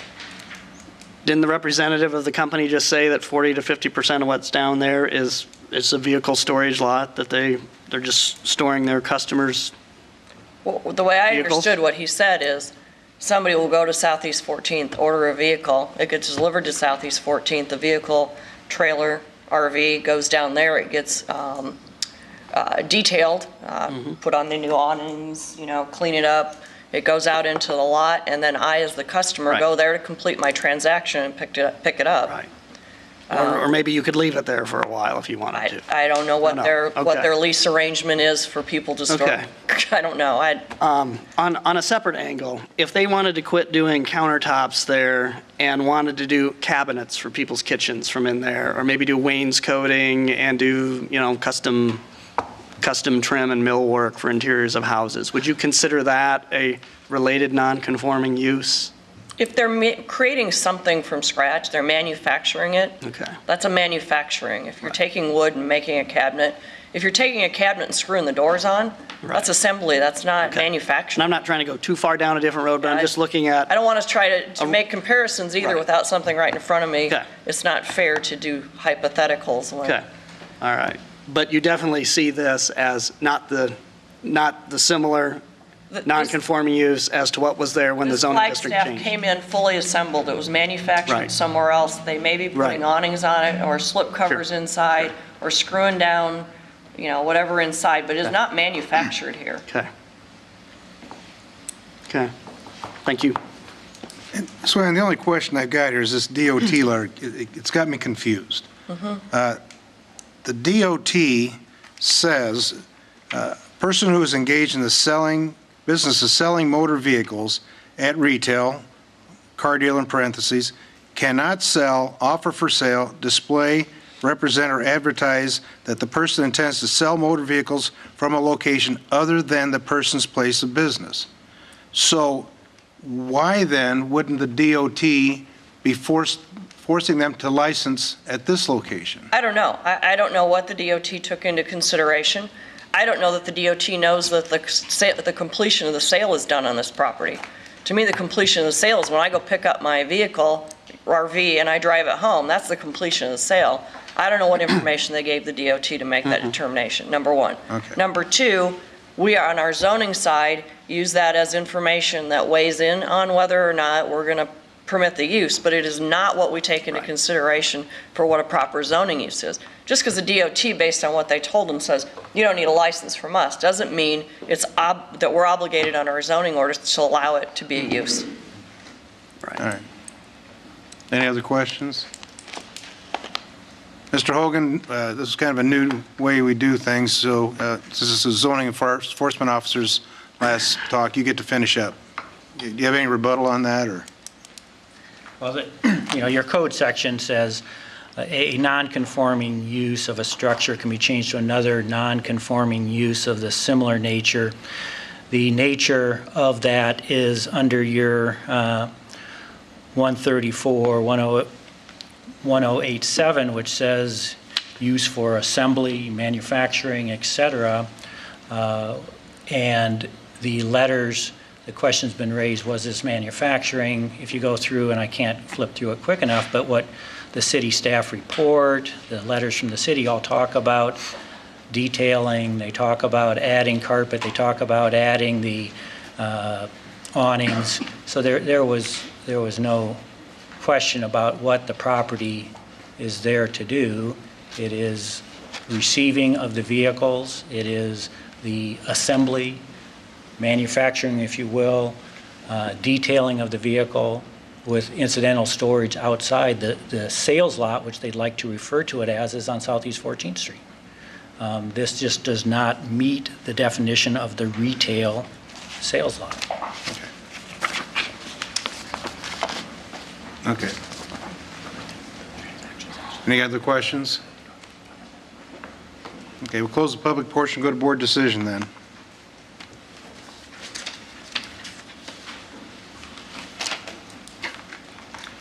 Yeah.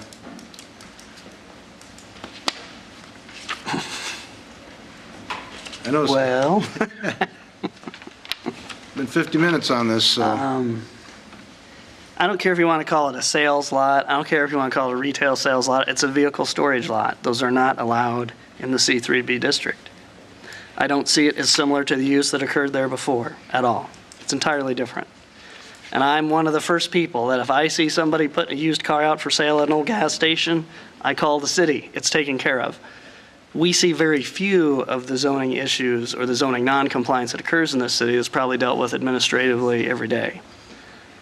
This couldn't be any simpler. I give RV1 credit for what they did on Southeast 14th. I wish your competition could take a note from you, but you probably don't want them to. I really like what you're doing down there, but this does not fit with what a C3B is. It does not fit with the non-conforming use clause. Okay.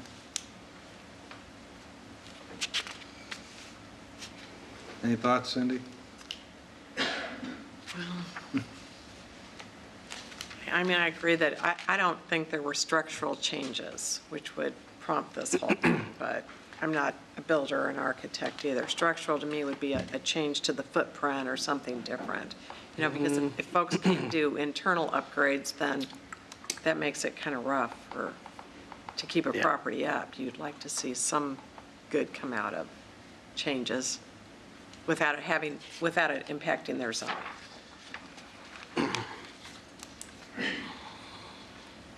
What do you think? Brooke, I think I know what your thoughts are anyway. Okay. Well, let's put something on the table and see what we've got. Well, I think as a reminder, days gone by, appeal of zoning officer decision. We're deciding one thing. Was the zoning officer correct or not? There's no conditions, there's no variances, there's no this or that or a little here and there, quid pro quo. Did they make the right decision or not? That's all we're here to do. Right. So I take that in the form of a motion, Mel? I'd make a motion to uphold the zoning officer's decision and deny the appeal. For the sake of argument, I'll second that. Is there any further discussion? And the motion's out to accept that the zoning enforcement officer's decision is correct. All those in favor, raise your hand and say aye. Aye. Those opposed? Motion fails 3-0. Well, actually. 3-1, sorry. Actually, in this case, it would have prevailed. It takes 4 affirmative votes to approve action. Here, this motion, by its nature, negates the opportunity for getting 4 votes to reverse. That's what I was going to get to next, yes. So- Don't you think that would have been relevant before we started? That isn't how I understood it. Could they make that When motion, Mr. Ryan? Chairman made okay. his speech earlier, that isn't how he presented it. If we wanted to reverse it, we need all 4. I would think you would have spoke up then. Mr. Chair, the rules provide that you run the meeting. If you'd like to entertain a motion to go the other direction, we'll see what happens. Okay, let's do that. Well, I want to make this about as legal as we can. There is not what you, Mr. Chairman, said when we started the meeting and asked people if they wanted a continuance or not. I don't think it's fair that legal didn't qualify that at the beginning. I want that in the record. Okay. I just want to clarify something. This is listed in our agenda as an appeal. Isn't everything an appeal? When people are requesting variances or exceptions, they're here to appeal, correct? Well, in the Iowa Code, there's different terminology Okay. used at the different levels. Okay. At the Iowa Code, it gives the power, it speaks of terms of the Board of Adjustment having powers, 3 different separate types of powers: to grant variances, to grant exceptions, and the power to grant exceptions, we interpret that to be your typical exceptions, your conditional use permits, your conditional approvals, those sorts of things, special permits. Then the statute gives the third power is the power to hear appeals. Those are the powers of the board. It takes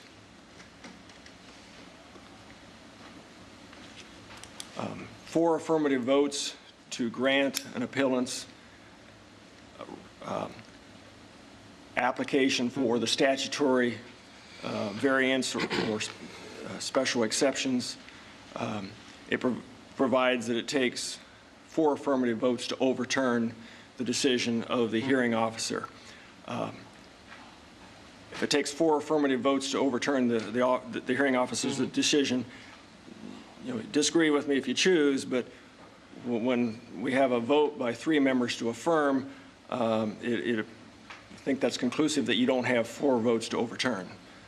But if you want to make that motion, I certainly am not going to object to that. It'd be within the chair's power to allow if he chooses to. So coming full circle then. Since you're the original one, Well, wouldn't somebody have to make a motion to? rehear or revote, and that Well, the be on motion- prevailing side.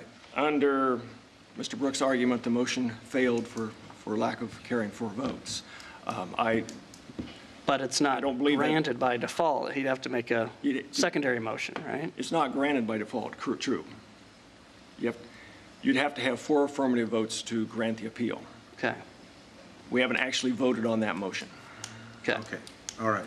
So should I withdraw what I have and let someone who would be interested put forward a motion to grant the appeal?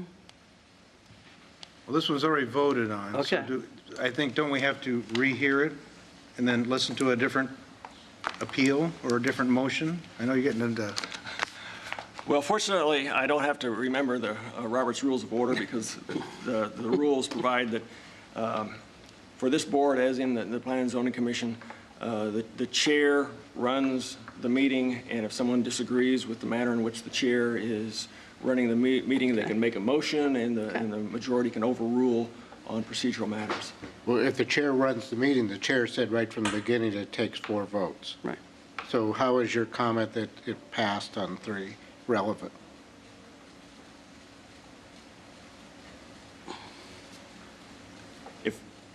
so that we can go home today, if I concede that my statement wasn't relevant, you're still in the point where. You just said the chair runs the meeting by Robert's rules. The chair said it takes 4 votes.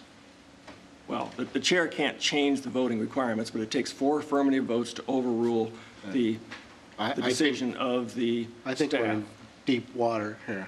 So do you And I have think- 4 I think affirmative votes? We have a real to- problem since we didn't get the input right from the beginning. I don't see how we can continue.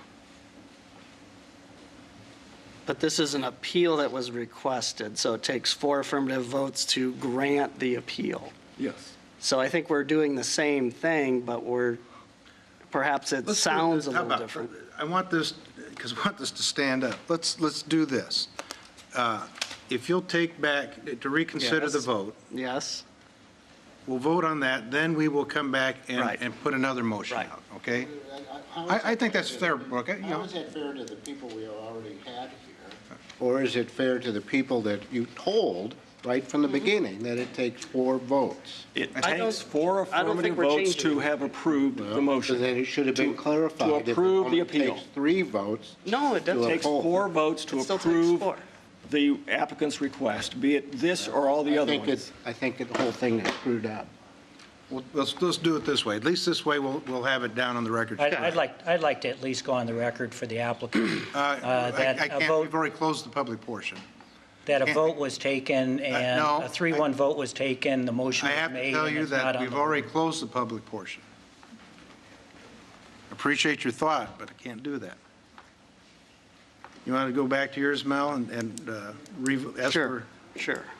While I believe I was clear in the intent of my motion but also for the purposes of procedure, fairness, openness with the process, I'm going to go ahead and pull that. Okay.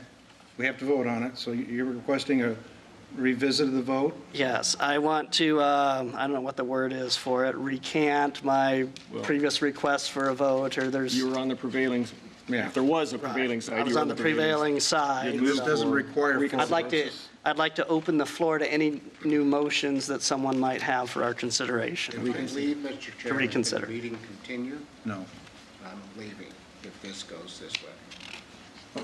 Which way would you like to see it go, Brooke? Well, it should have been done right from the start. At the very beginning, it was announced it takes 4 affirmative votes to approve. To It takes approve. 4 affirmative And votes this to is an approve the appeal. application. This is an appeal, so the logic is, to get approval of an appeal, you need 4 votes. And I think that's been clear. What could have been done, and still can be done, is somebody could entertain a motion to overrule the zoning officer's decision. And Brooke, I didn't hear you grant a motion to do that. And if that's something, if you don't believe in what she said, you should have put that motion out there first, to overrule her decision and let us vote. You should have done that. Well, here's what, we got to do something. At this point, I agree with Brooke that he needed to understand what was going on. So if we take this back and re-vote on a different motion, I'll feel a little bit better. Okay? All right? Let's have somebody put one out there. And I'll second re-vote. All those in favor to re-vote on this, raise your hand and say aye. Aye. Those opposed? Those abstaining? Okay, motion carries 3-0. On those, it just is a There plural. wasn't 4 votes. No, but it's plurality. Procedural vote. It's not an action to approve or grant, it's a procedural vote, so a simple majority of quorum. What are we trying to accomplish here? Brooke, can you help? No. Apparently not. Here, folks, here's what we're going to do. I'll put You them, guys voted, it votes against it for what Roger said. I just think we didn't follow the procedures correctly from the beginning. so I'll put the motion out to overturn the zoning enforcement officer's decision. Is there a second? Maybe Brooke should second it. Brooke, He's not interested in doing that, okay? so that motion dies. Is there any other motion we want to put out? Since you voted to reconsider, I would ask you to Yes. have a dispositive motion of some kind then. dispositive. Ooh. I'm going to make an motion to uphold the zoning officer's decision and determination. I'll second. Okay, but moved and seconded. Those in favor, raise your hand, say aye. Aye. Aye. Those opposed? Motion now fails 3-1. The result is It's uphill. Is there, uphill. well, unless there is another motion. We just had two. I don't know what else there could be. In the Is there any other absence, motion that anybody wants to put out? Okay. And there would be no other motions, because again, this is an up-down thing. It's an appeal of a decision. It's not making quid pro quo deals about you do this and then we'll approve it. You can't do that. Well, we've got other people sitting out here waiting, so motion fails. Item 7, variance at vicinity of 1,000 Thomas Beck Road.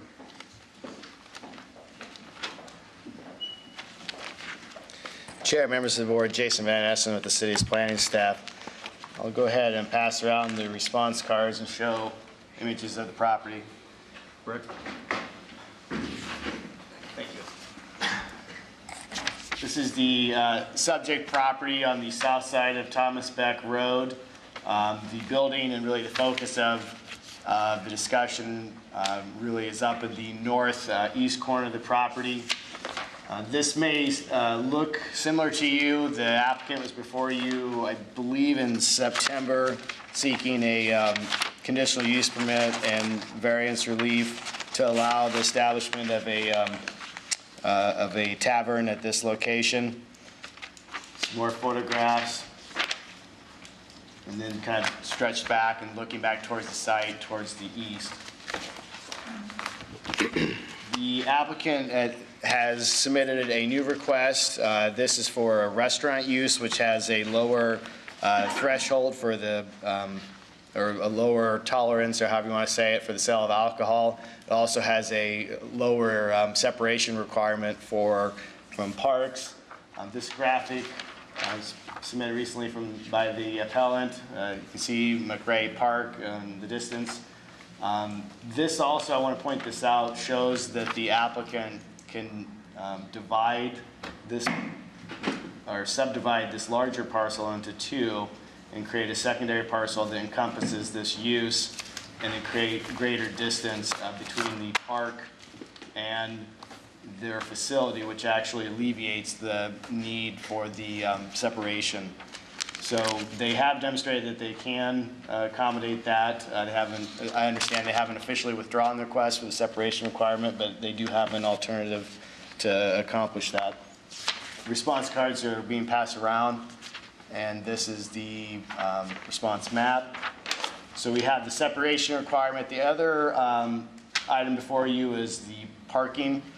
They would like to, their long-term goals are to eventually develop this parking down in this area and have the number of stalls that it would be required.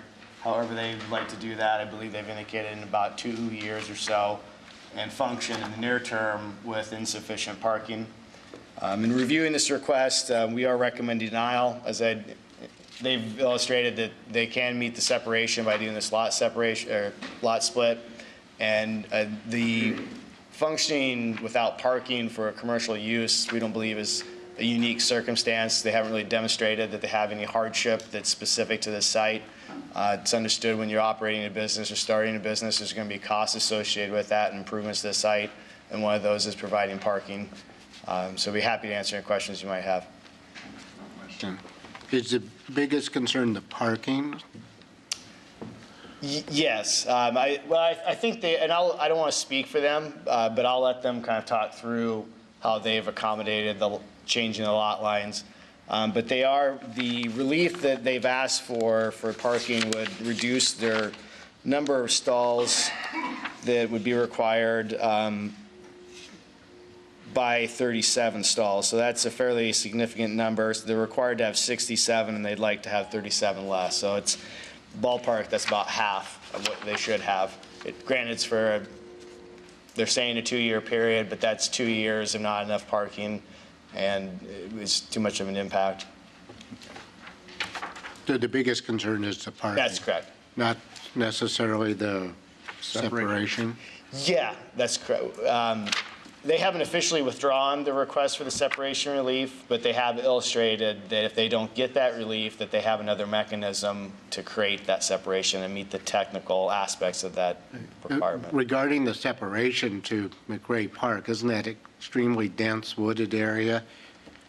And if I recall, the ordinance only goes by property line to property line? That's correct, and that's why they're apparently willing to do a lot, subdivide their property and create two properties that now we have that separation. So that's how they're proposing. They're giving you the option of an alternative, so you don't have to grant them relief for the separation. You could deny that part, and they have a means to still accomplish what they're hoping to do. But you'd have to go quite a ways from that property line into McRae Park, to get to any people. Yeah, it is from this area because it's pretty densely wooded. Right. And if I recall, the city council voted 6-1 to grant this exception to the separation at the come and go next to downtown on Keogh. And that was... Well, that's a PUD that zone. doesn't have nearest amount of separation with all these woods, so I'm kind of confused why it's even on. Well, technically it's still on there, but what we're saying is they've found a way to do this without having to have the separation relief, and that's what we would recommend. We don't believe they've met the criteria to grant it, but they have an Okay, alternative. Jason, I just want to make sure, the recommendation from staff is denial of the variances. Correct. But if they come up here and say, we're going to do this lot, you would be in agreement with that? Actually, they would be withdrawing the one because it would be needed. Okay. So the only variance, if they withdraw that, then the only variance they truly need is the parking. Okay. Any other questions? Thanks, Jason. Applicant or representative of the applicant? I notice you guys didn't let the grass grow between your toes between the last application, so. We're anxious to get going. Alan Van Gundy, I'm with Simonson and Associates Architects, 1717 Ingersoll Avenue. Also here with me today is Uriah Mixdorf. He will be the operator of the restaurant. And also Marty Benskin, who's the owner of the property and the building. So just to kind of follow up on Jason's presentation, obviously we're here to basically address the two big issues, the setback issue and the parking issue. Discussion at the last meeting regarding the setback issue indicated that, as Jason was saying, the heartburn might be more related to setting precedent and upholding the actual letter of the code rather than a practical application for this particular site. Here's a little broader view of the property, just so you can kind of get a perspective of what we're looking at. This here is the 10,000 square foot building that would become the restaurant. This is McRae Park, obviously up here, and then Gray's Lake is over here.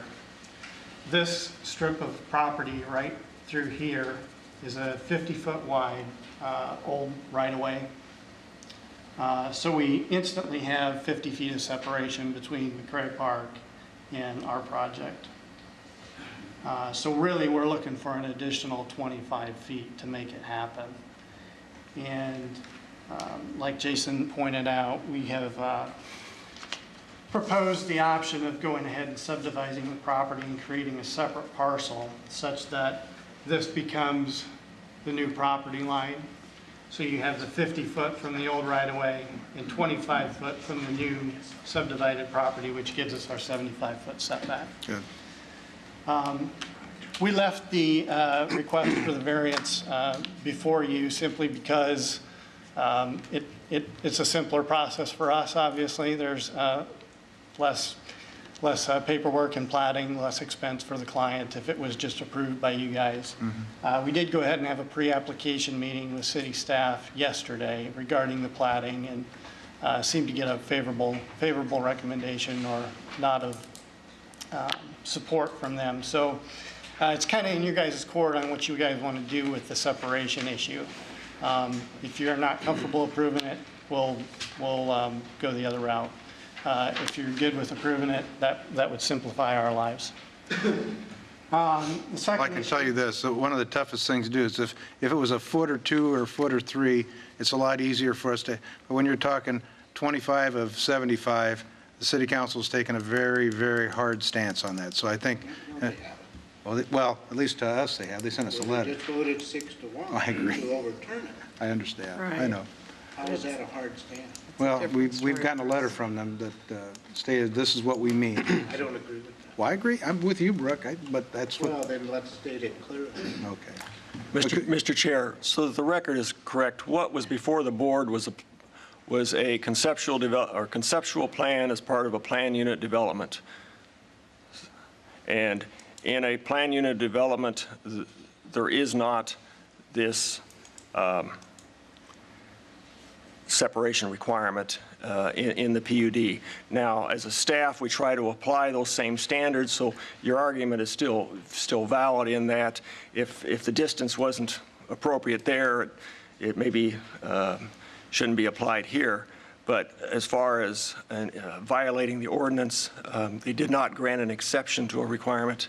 They approved a conceptual development plan, which looks at everything from the texture of the brick to the design of the windows to the roof, how the roof is set up, and they decided that based on the entirety of the plan that they would approve that project, which included provided for the sale of alcohol. But Mr. Brook is correct. In that case, I don't believe that there was the same separation requirement that's being enforced in this situation.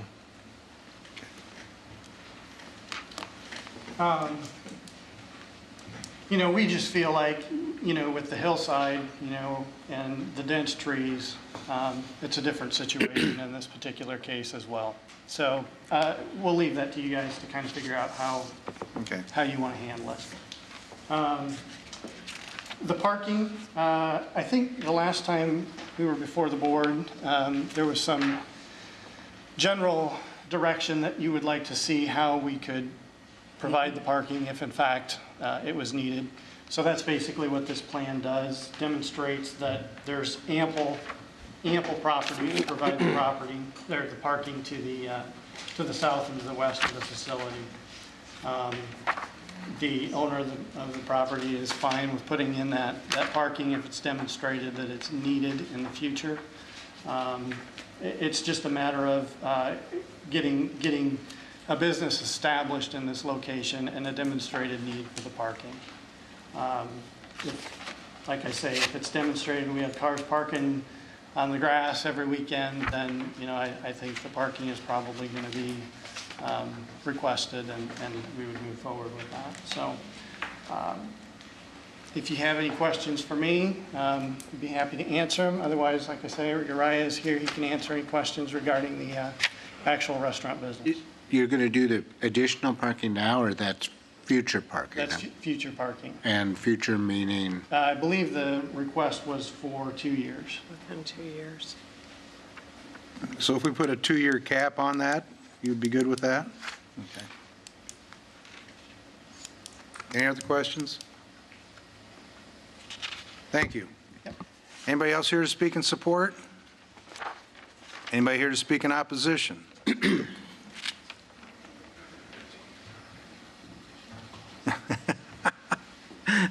That's probably a good move. Any last questions for staff? Hearing none, we'll close the public portion, go to board decision.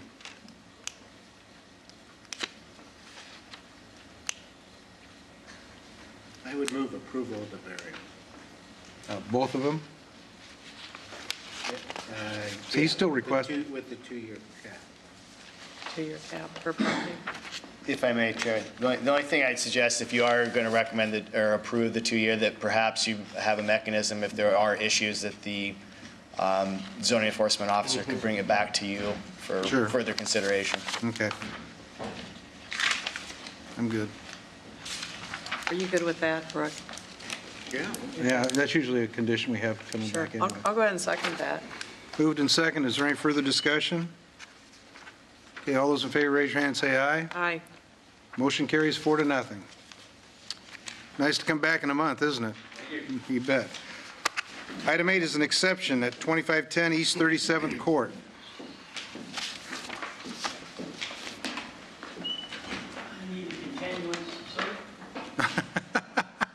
I'm sorry you had to wait so long, but well, I need to have you come up. There's going to be other things you want Oh, after this. okay. But I'll need you up here to put on the record. Appreciate your honesty sticking around, too.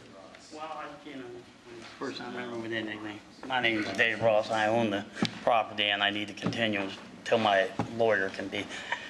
He kept trying to get here, but he's in district court. And your address is 2510 East 37th Yes, sir. Court? Okay. For continuance, do we need 4? It's just to approve an application. Okay, let's go. So I'll move to continue to the November 20th meeting. Correct. But you don't even have a quorum at the moment.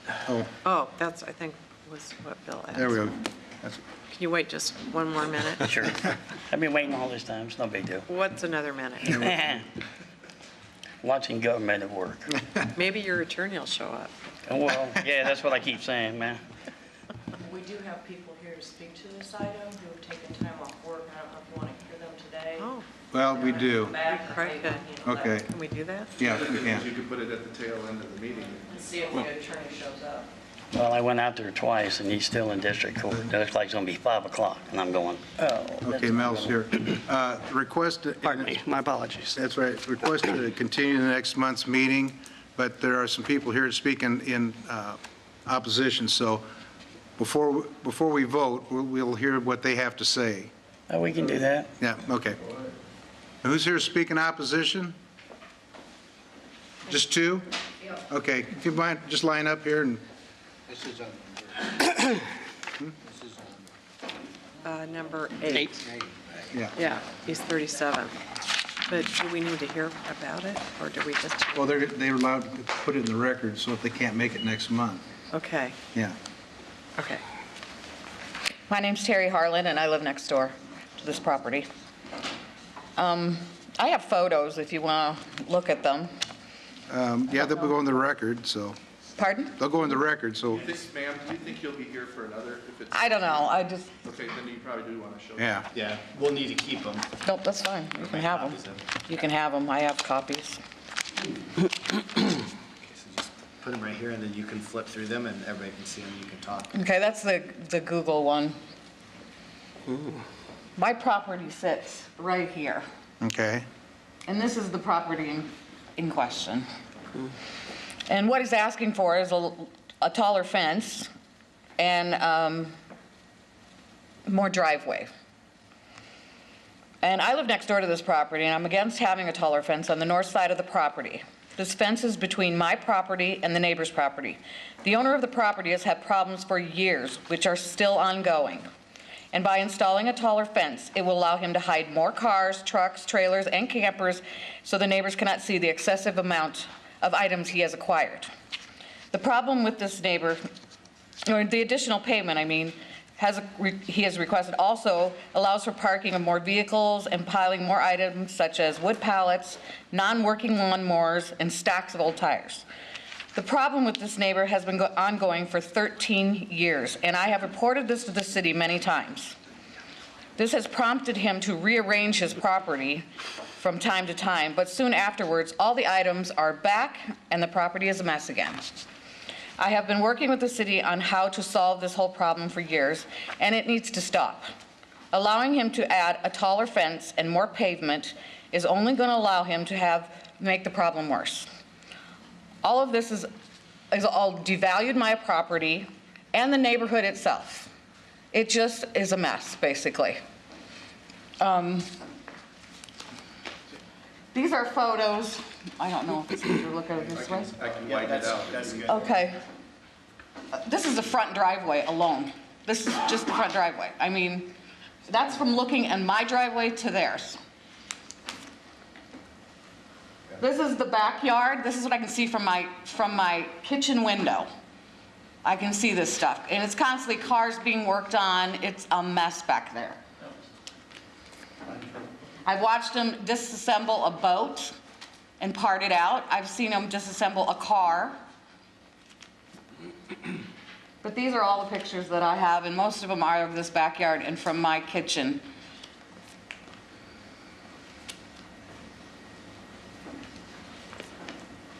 They work on cars in the street too, but because they haven't got any room in the backyard or anywhere else. Sir, hold it. This is a civil proceeding. If you want to take yourself out of the room, you can say those things. This goes on. We'll take ourselves out of this room. This goes on in my neighborhood also. Thank you. This goes on in my neighborhood too, and he yells and screams like this in front of my children. They are afraid to go out in the yard because of the way he acts. This is the front yard. This is how they were all lined up this winter. They were backed up next to my fence, and when they didn't have room to put a trailer in, they added a truck on top of it to make room for a trailer and a truck. I mean, half the vehicles don't run. He pushes them around. I've also had to been treated for carpenter ants, and this happened a few years back, and I didn't say anything, which I should have, because the guy that treated our house looked over the fence and there was wood pallets on the other side, and he said, there's your problem right there. The things were full of carpenter ants. Then I get them in my house. Now I'm having problems with rodents from all the junk that's laying around in the backyard. You know, he cleans it up or whatever. It's not clean. It's just moved around. And then once the city's off his back, he's right back at it. And it's all back in the yard. This is the front yard? The front and back. I'm right next to it. Like this one here is the front yard. I don't know what he was doing here. And this is how the cars were lined up last winter. And they were just, they're everywhere. And I mean, nobody works in this house, so I don't really know where their income comes from, to tell you the truth. They're always home all day long and working on these cars. I don't know what they're doing with them, but it's a mess. And then, you know, just this here picture, the one from Google, this is how it was all winter, with all these cars lined up along my driveway. This is an old budget rental truck that was sitting there. He tries to hide stuff back there, so he puts the tallest stuff next to the fence so I can't see it. Where's your driveway? My driveway is right here. And this goes the back of my house. There's campers. And behind these trees, there's more campers. There's just tons of stuff. This may show up there. Yeah. Oh, here. It's just, So this is your property? this is my property, 2520. And it's just a continual thing. And now he acts like this all the time, and I take the wrath for the neighbors. They're all scared. I have two. My husband, I'm not afraid of the guy, but my husband has terminal cancer. The guy that lives across the street has terminal cancer. We have to put up with this stuff, and the way he acts 24/7. And you know, it's kind of sad. It really is. I don't know what he's doing over there.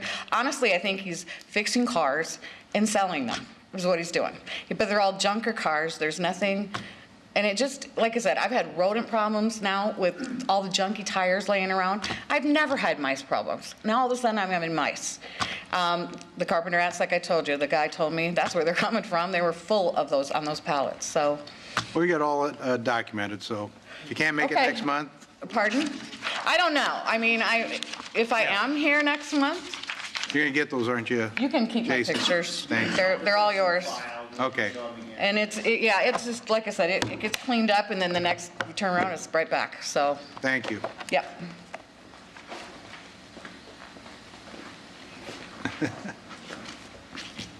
Hello, Kurt Lee, 3507 East 39th Court. I am the president of Sheridan Gardens Neighborhood Association, and I became president in September 2012, so just a little over a year. And during that year, I've heard a lot about this property, more than we have time to talk about, and issues that don't even involve this meeting. But after hearing a number of things and then hearing this issue come up of how he wanted to build the fence taller and put in more paving, and I drove past it, and there is a lot of stuff there. There's even more in the photographs which were taken recently, so some things have been moved. But I've been concerned about it, our board has been concerned about it, and that's why I went in and drove by and wanted to come here today, you know.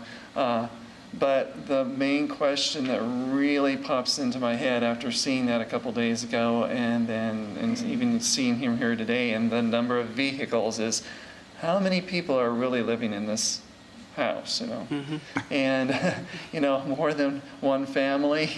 There's, I think, a lot of people apparently living here that maybe shouldn't be.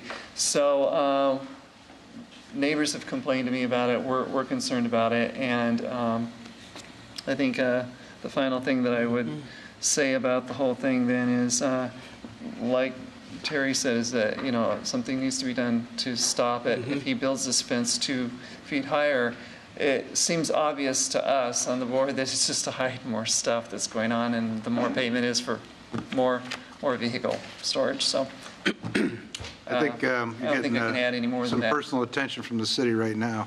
Yeah, that's what I thought maybe I should just say that so you would know. So Great. that's it. Yep. Thank you. Mr. Chair. Appreciate your time. Yeah, Mr. sure. Chair. Thank you. Yeah? Can I ask him a question quick? Sure, go ahead. Sure. I want to thank you for your service to your neighborhood association, number one.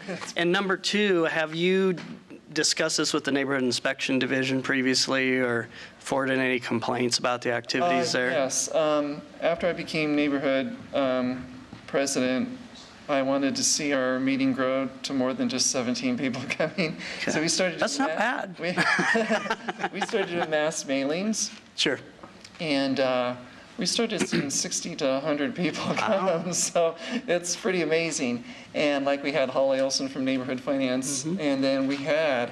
I can't even remember his name because Kevin King couldn't come, but the supervisor, I guess he's maybe in another country now serving in the service or something. I can't think of his name, but he came and spoke on neighborhood nuisance issues. It's really opened the door for the people to, and I think I lost the question. What was the question? As far as had you reported this to the city on any nuisance issues before? Due to this meeting and this subject kind of coinciding, just having it at the same time, we talked about it, and I found out a lot of things had already been filed, so we weren't sure what we could do as an association exactly, and then now this came up, so.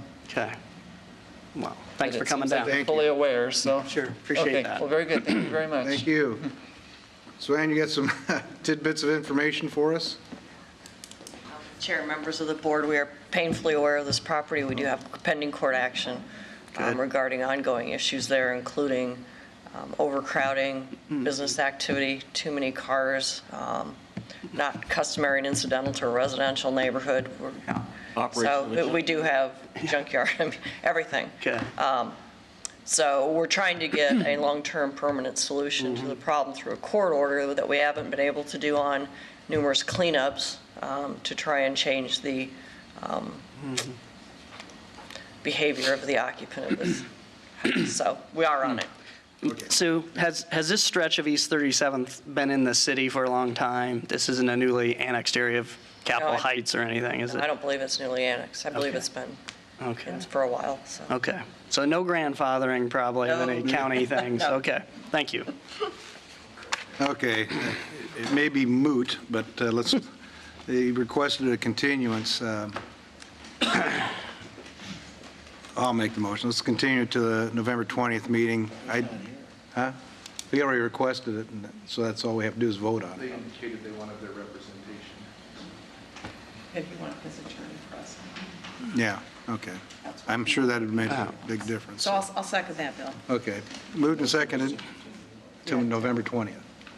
All those in favor, raise your hand and say aye. Aye. Motion carries 4-0. Thank you, folks, for sitting around. This is probably one of the more interesting meetings we've had in a while. All right, Mr. Chair. Item 9. Conditional use permit and variance at 501 Scott Avenue. We have a little correspondence on that. Members of the board, I'm going to go ahead and pass a couple of communications we got in around, and I'll start the presentation.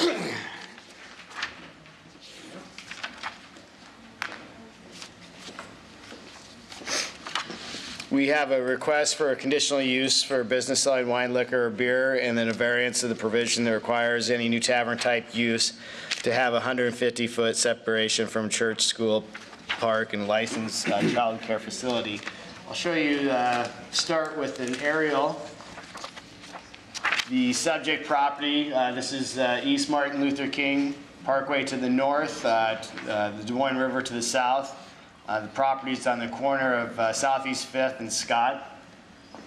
This is the park that's in the vicinity, is Kitty Corner. Couple photographs of the property, commercial building.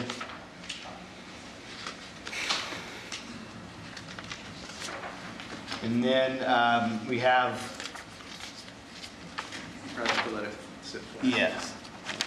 So we have the site sketch showing how the property is laid out with the parking, the proposed brewery on the west end of the building. Have an internal configuration with operations and cooler, restroom and other facilities. And then the response map and which is the card, and then we have a letter. That card, Mel, Pass around to you. Oh, there it is. So we have two items that were, two sets of criteria. We have the conditional use permit criteria and the variance criteria that we took into consideration in looking at this. I guess before I get into the staff's recommendation, I'd just hit a few notes on the proposed use, kind of give you a little better description. It's about a 5,400 square foot portion of the building would be used for a brewery. The brewery would be open to the public and offer brewery tours that would involve patrons sampling the beer. The use would include a 1,300 square foot room for tasting and retail sales. The tap room use is considered a tavern from the zoning perspective, which necessitates the need for the conditional use permit. In order for the board to grant the conditional use permit, a variance for the separation distance requirement needs to be issued. See if there was anything else I wanted to hit on. No, and so we reviewed this. So first we have to think about, are we comfortable issuing the variance? And then after we get past that, do they meet the criteria for the conditional use permit? And in looking at that, we do not believe that they meet the criteria for a variance. They haven't demonstrated that to us, that there's a particular hardship at this site, that there aren't other viable uses for the property. And so that's why we are recommending denial. And then without the variance, obviously it's a denial of the conditional use permits. Be happy to answer any questions you might have. Were they explained that if they open as a restaurant, it'd be okay? Or they? Well, it'd be a lesser separation, just like the previous one. I don't know if they have the distance. They are across the right of way. It says the last paragraph. Does it? Okay, I apologize. I lost that detail. Yeah. I would imagine that might be hard for their model because it's not a brew pub. It's a brewery that you tour, but also has a tasting room, kind of like Confluence Brewery that is on Thomas Beck Road, or that sort of thing, versus a full-fledged restaurant where you have food. But I'd leave that to them to. Okay.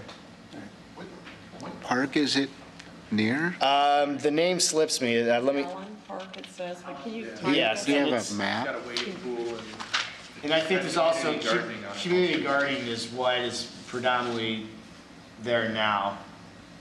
So it's right here off of MLK. So here's their site, and here's the park. So it's essentially used for community gardening? Predominantly, yes, yeah. Predominantly, and there's a wading pool on the north end, is that right here? Is it still? I think the wading pool was removed, but yeah, I think it's just. It used to be one of the neighborhood park areas. So now it's used as a community garden. Yeah. It's not really used as a park. It's just called a park. It's parkland. It's parkland. It is parkland. It's used by the public through the. It's city parkland? City parkland, operated. The community garden, I believe, is operated by the Parks Department. So that's why it fits that definition. Now, obviously, I mean, that's something that you can maybe look at it differently as a rationale for relief, but technically it's parkland. Okay. So your technical reason for saying denial is because it's within 150 feet of the park? What I'm saying is that yes, it is within 150 feet of the park, and they haven't demonstrated the variance criteria for the issuance of variance of the hardship. So that's why we're recommending denial. All right. And the land is currently parkland, city parkland, but it is used as a community garden. It's a public park operation. Maybe not in the traditional playground sense, but. Any other questions? Thanks, Jason. Yep. Applicant or representative of the applicant?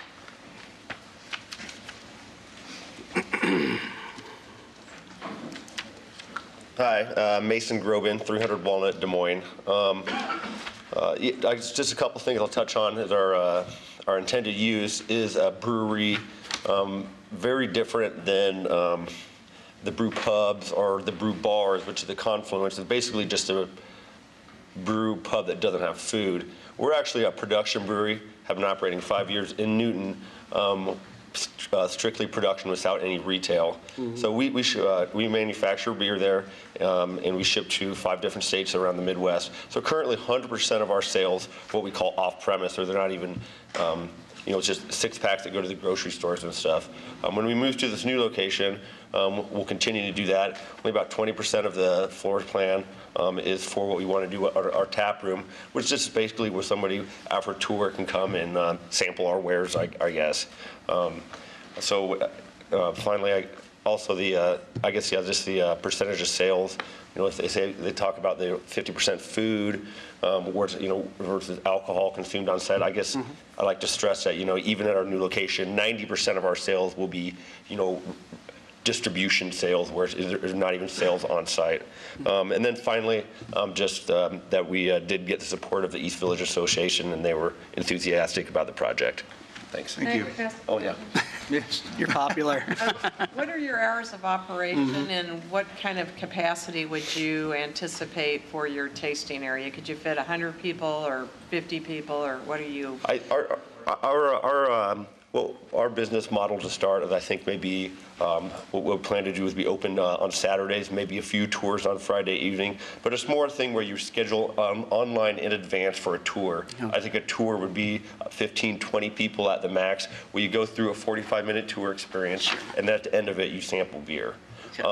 So I don't want to be a bar owner. I'm a winemaker. I'm a brewer. I don't want to own a bar. I don't want to work late nights. That's not what I want to do.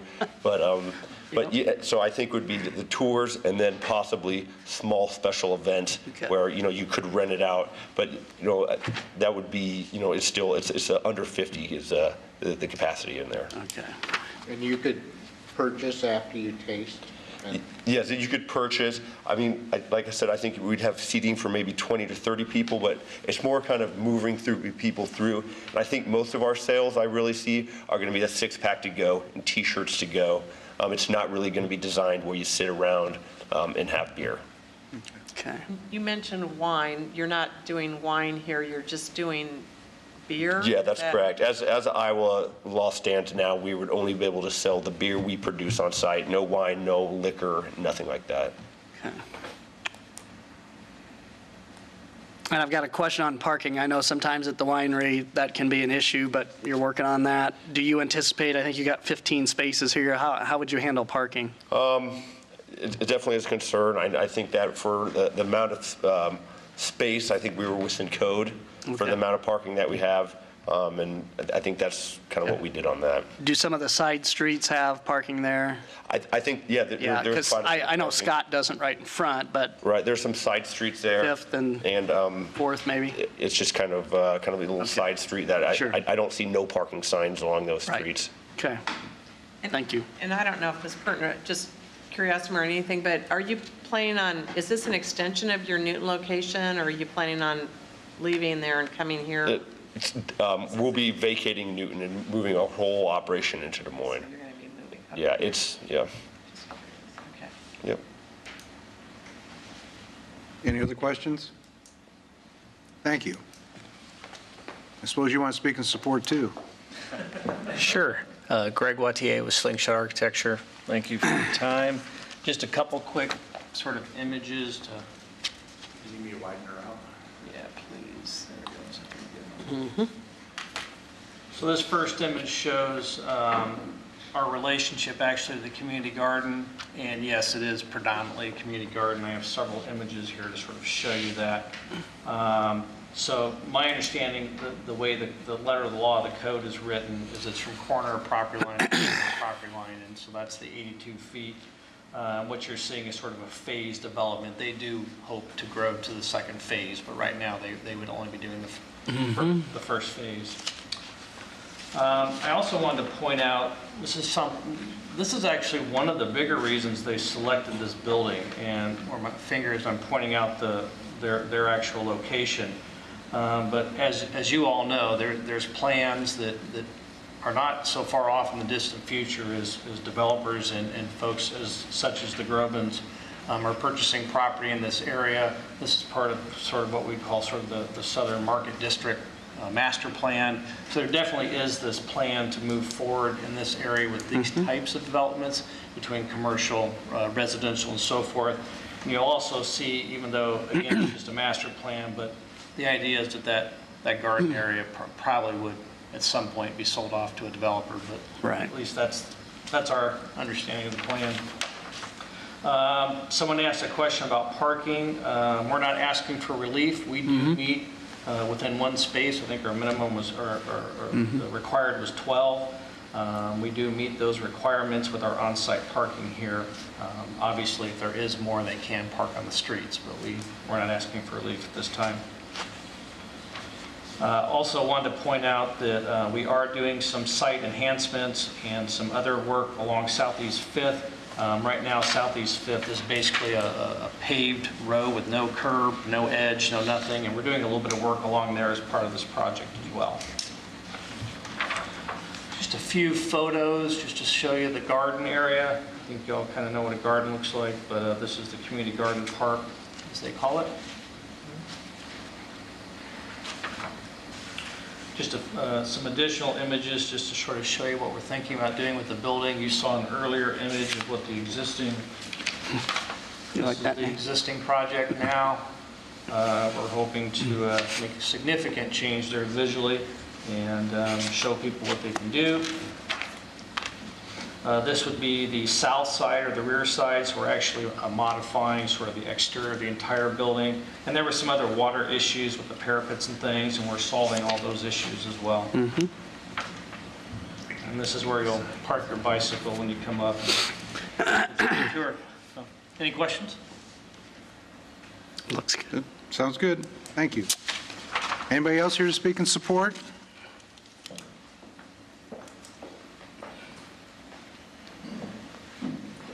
Todd Von Steen, 118 Southeast 4th in Des Moines.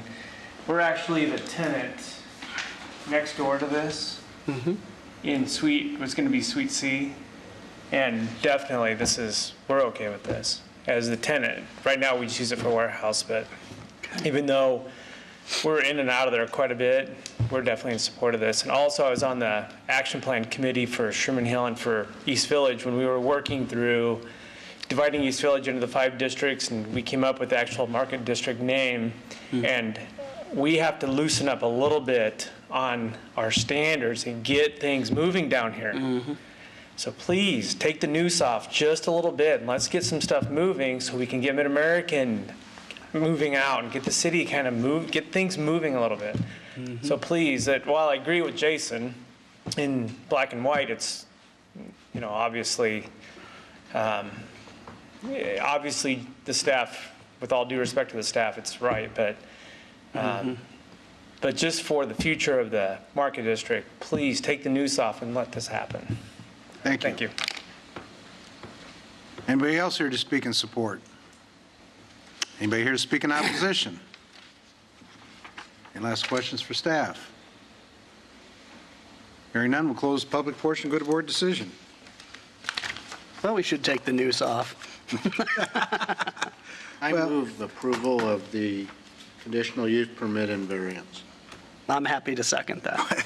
And, this is probably one of the best cases that was been brought forward. Yes, So, yes. Been moved and seconded. All those in favor, raise your hand and say aye. Aye. Motion carries 4-0. Well, and Thanks for waiting around, guys. usually it's me and Mel going to be first, but I think Brooks going to be following us on down this time. Item 10 is an exception and variance at 100 Indiana. Mr. Chair, I want to point out on the last item, we will put the standard language for conditions of conditional use on that. Is that like the That we would outside normally list on a noise? decision and order, yes. Right. And does this go to council too, or not? Yes, because it doesn't meet the separation. Okay. We'll be getting another one. like I say, over my dead body. All right. If I have any to say about it. All right. Item 10, is that where we're at? Yes. I'm going to pass around, but we did get the one card. In fact, I'll just show you the consent map. It's the Riverbend Neighborhood Association, so it's not actually anybody within the notification area. And it's just outside their area, isn't it? It is, well, Second Avenue, they go- subject to interpretation as to what they claim, but it's outside of their area based on their recognized neighborhood bylaw definition of their area, so yes. But we notify it if it's within 150 feet, so when you measure from the center of Second Avenue, it touches there before 250 feet, so we send them a notification separately from the actual agenda, which goes to all neighborhoods. In this case, and I'm going to let the designer, present their design, but this is an industrial property. It's comprised of several stages of additions of buildings. This is looking down Indiana Avenue at Maine. Maine would go south to your left. Indiana would go east and west in the right-hand side of your picture. So you can see the predominant building, or original, kind of the original building, I would say, is this brick two-story manufacturing type building. They've already done some modifications for industrial usage of it up till now, and I'll let them talk about what they do. It's kind of a blend of uses here, but what they're wanting to do is adding an assembly use component to what is basically an indoor-outdoor type greenhouse nursery operation. This is looking to the southeast along, so Indiana runs across the picture, and you can see there's a parking lot across the street. Then as you go down Maine, which is not a very, I would say, semi-improved street at best. I think we call that interim asphalt surfacing, which is something they do every 3 years or so to keep the dust from being a problem. But it does. But trucks do go down these streets, and so it's taking a beating. But this is looking at their yard that they have their plant materials stored in. I think this was historically a storage lot area for equipment for various users over the years. Then as you look in between, and you can see there's a kind of a glass addition there, and then this larger metal addition. Then in between there is this kind of a lower level metal addition. And it's all one long building basically. And I think in order to, this is probably a better one that shows the other side of the metal addition, and then this shows you can see the glass addition. So basically my understanding is that this proposal will take off everything from here to the left in order to provide off-street parking. Now, they're trying to get as many spaces as possible in that area. And so when you look at the layout, and I'll open that up here for you. And it's such a large area, they did a split sheet, so we'll have to kind of look at what's against the building and then what's against this further south. Starting at kind of the north end. I'll let Jason zoom out. Maybe a little too far, but that's okay. That should be okay. So this is north to your left. There's some head-end stalls, which are one of the appeals in front of you for parking that would maneuver directly onto a public right-of-way. They're wanting to have 5 stalls here that would do that. This would be the remaining component of the building. It would have a kind of an entrance off to the parking area here. They would have some, this appears to be 45, so I think they're gonna have to tweak this a little bit, but they can meet the dimensions to go one way 60-degree angle parking. And then back here, they're providing full perpendicular parking. In fact, they would probably have to do something so that those stalls would only be accessed from this direction.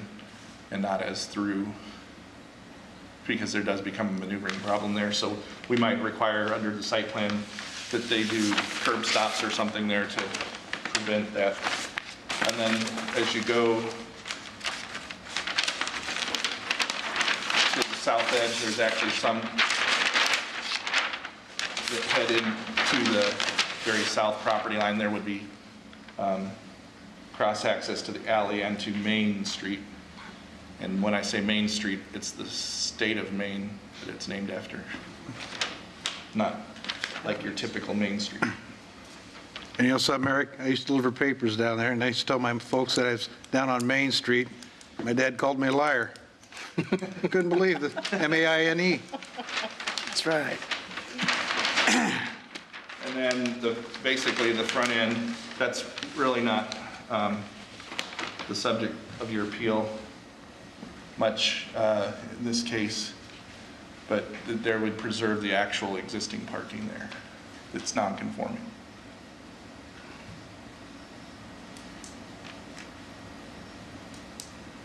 So, and I'll let Mr. Von Steen probably elaborate even more on that, because he's the one that developed the design. Staff sees this as a good reuse of the building. They're working to maximize parking. Their intent is to have assembly area for functions. If there's any type of liquor, wine, or beer sale, it would have to be something that they would transfer a license in through catering. It wouldn't be something that they would carry a license on this premises. So, but we do want to have that provision in the decision and order that would say any desire to do that in the future would cause them to come back in front of the board. Certainly that would change the whole nature of the way you're looking at this. But we believe that they have a hardship in just getting this building occupied with a viable function. It certainly is laid out in a fashion that they can convert to assembly. We do want to make sure they meet all necessary building codes for building safety purposes, but we are recommending in favor. So that basically the building codes and the site plan review, which are automatic anyway, but we want to make sure that's a condition, and that the provision of the liquor license at any point in the future would have to have future consideration for a conditional use by the board. Any questions? Sounds good. I know that area well, so this is an improvement. Thanks, Eric. Applicant, represent the applicant?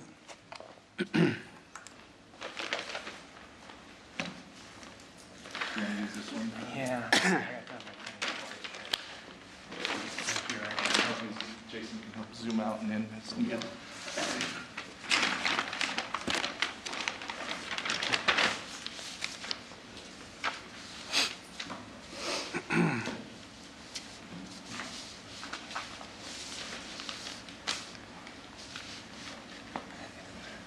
Chairman, members of the board, Todd Von Steen, 118 Southeast 4th, Des Moines. So when we were trying to figure out how to do parking for this, we were thinking we would make lease agreements with neighbors and trying to go through all the scenarios. And one day Frank Dunn said, "Why don't you tear the buildings down?" And I went, I'm sorry, but I laughed and I went, "Well, okay." And then it took me like 2 weeks to get the guys to go up and say, "Well, why don't we tear the buildings down?" And they said, it took them 3 minutes, and they said, "Okay." That was it. So we're going to remove those that 12,000 square feet in the back and just convert that to the parking. But I just had to share that story because I was like, "Really, Frank? Seriously?" And it's like, "Yeah, seriously. Okay. Well, it worked." So there, that back, this wall, we're actually going to cut that off square to become the storefront for the garden center and for the events center at this point. The materials on the project, the corrugated metal, the steel framing, we're actually going to reuse that later for a canopy on the front and a dock on the front. And we're also going to reuse it for the ramp to get from the parking up to the event center. So I would say at this point, we're estimating 70% of the materials from the demolition will actually be reused on site for, because the front of the building is actually, when you pull up to it, you think we were crazy for thinking this could be an event center, but eventually we actually there's 5 windows on the front that we are moving some of the existing windows down to the front and put those all back in. But the materials from that building actually put a canopy and a dock on the front, similar to what the Parker Oil building looks like. Sure. Mm-hmm. So that's kind of where we're headed with it. So I wasn't, somehow I missed the kind of the food and beer and liquor stuff, but they are going to want to have food and beer and liquor here eventually. So, sorry. Yeah. Okay, sorry about that. No. I'm hoping that's okay. I'm just saying that we didn't consider it under those. Yeah. Okay, so it's still, you don't see a big. Yeah. Like, okay, all right. I should have, somehow I didn't quite make that very clear, but they're going to want to do that. Do you still want to proceed with this part at this time? Oh, yeah, totally, Okay. yeah. Yeah, they're ready to start tearing the buildings down. Okay. Because It kind of cracks me up, actually. Right. Yeah. Right. Okay. Yeah. Unless you wanted to hang on to the whole thing and come Nope, back to it. they want to Okay. start tearing buildings down, and they want to keep going forward, and they're, the liquor thing, right now, they're so far from that anybody that comes in is going to have a off-premise permit, and they're assuming that's what's going to happen for a while, so. Okay. Yeah. Cool. Any questions? Can you just give a real high level, what the plans are for, like for weddings and such? And is this a greenhouse now and they just want to continue selling garden supplies and plants and such, or? This facility, if you're familiar with Stuart Alexander, he does a lot of weddings and does galas and big events in Des Moines. And what he was trying to accomplish here is that a lot of the plants that he uses in his events, he can grow here, bring them back, use them on because right now they all get thrown away. They ship these plants in from all over the world, and then they use them for 4 hours and throw them away. And so he's trying to develop this center that, I forget, he's got some term for horticulture or something about reusing these plants and growing his own. We're actually designing an orchid room. His big thing are orchids, so we're designing this orchid room. So that everything can be kind of more in-house than anything. And they don't, right now, the occupant load for the event center is 853 people, and they don't want to do more than 600. They never want more than 600 people here. They're not looking for that 800 market. Des Moines doesn't need that. Des Moines needs that 400 to 600 market. So that's what they're targeting, that 400 to 600 range of, which is a big wedding. But their neighbors are Story Kenworthy, so they would like to do some of the Christmas parties and whatever, which is only talking. I'm assuming they're going to have 100 people pretty often using this place. The thing that amazes me about this place is how much equipment they rent. And to the city of Des Moines is a big one of them. They're always shipping tables out and stuff out for rent.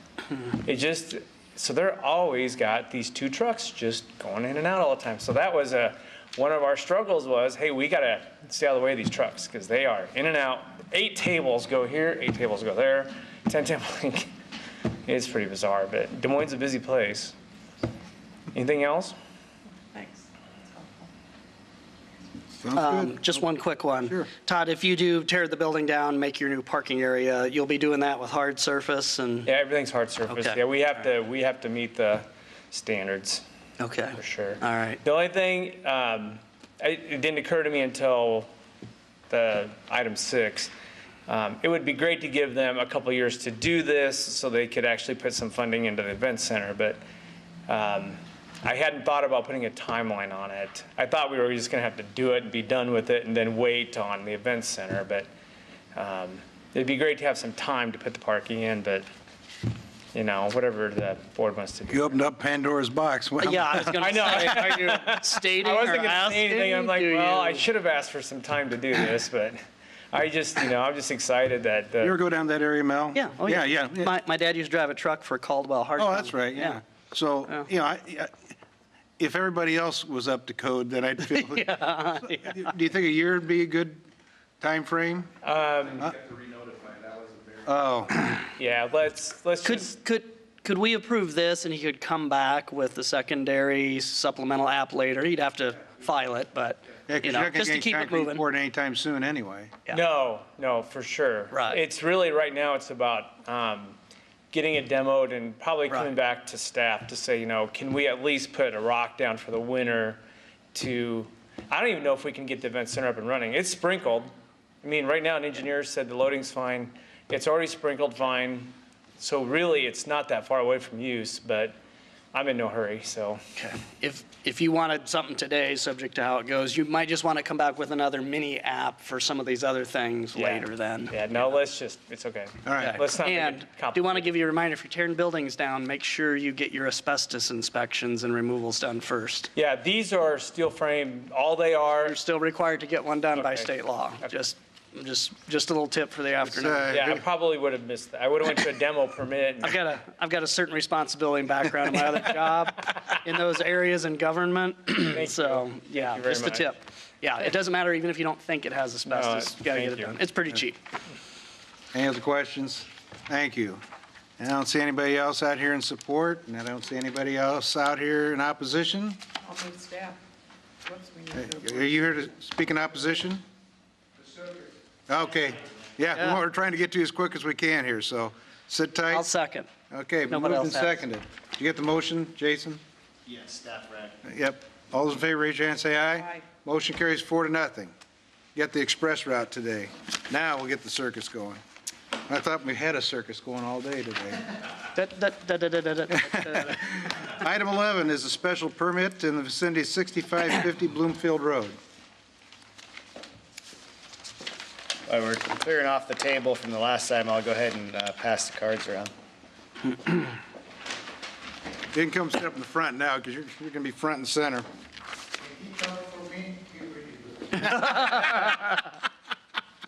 What was that? Don't put a noose around us.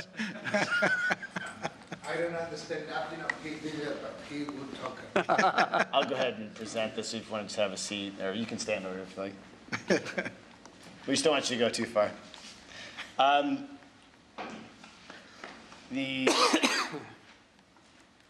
aerial showing the subject property, Southeast 14th Street, Bloomfield Road, Southridge Mall off to the west.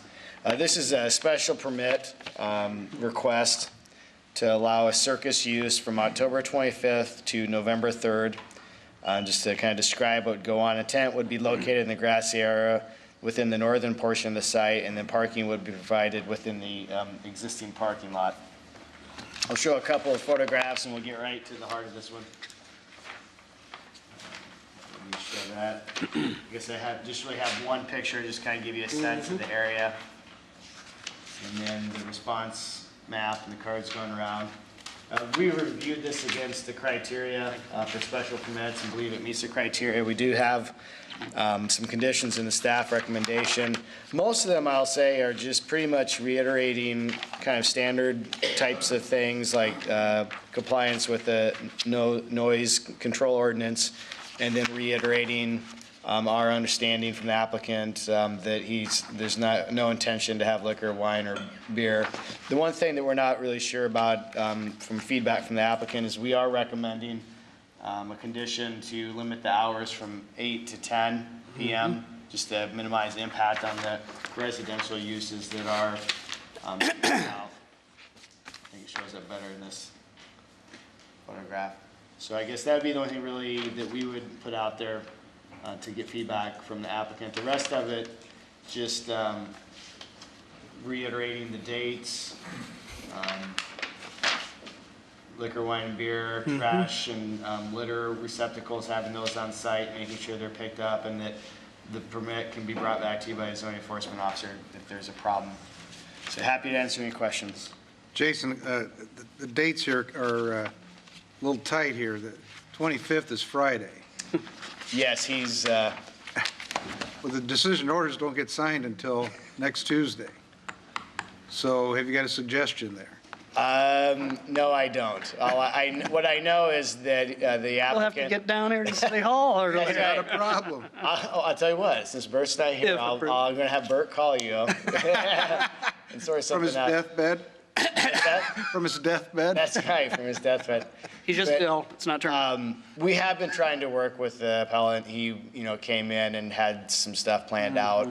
And then obviously, with our processes, we ask applications to be in a month early. So I'm not sure what we're trying to, what our end goal is, but I'm sure that we'll work with him and you and to try to coordinate that effort. Sounds good. All right, that was my one. And Jason, a couple questions. There need to be coordination with the fire department since there's a tent there and with the. He'll still be, required to do all. And again, that's going to be pretty tight time there if this was something we chose to grant.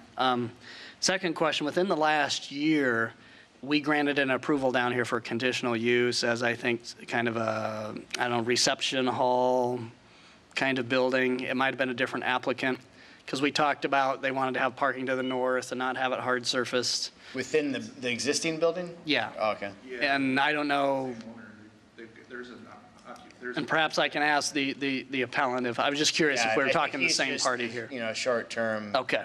Tenant or leaser of the open space, really. Gotcha. Thank you. Yep. Applicant, you get your speaker just left though, so put you on your own.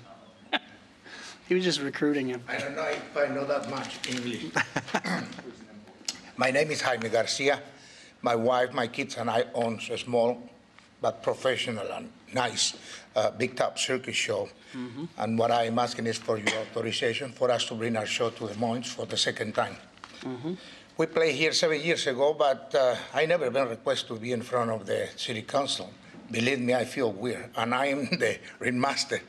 It's the first time in 20 years with our circus, I need to be here. I don't know what to say, Ayenis. And we're just a board, not the city council. We're not that fancy. I know you can bring pictures. I mean, now, I don't know before, but I have my big top over here. Where I put it? You just lay it right there. Cool.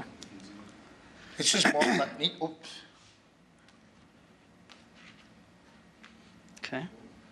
It's pretty clean. I mean, it's beautiful. It's not that big, and I can show you too if you let me do it a little.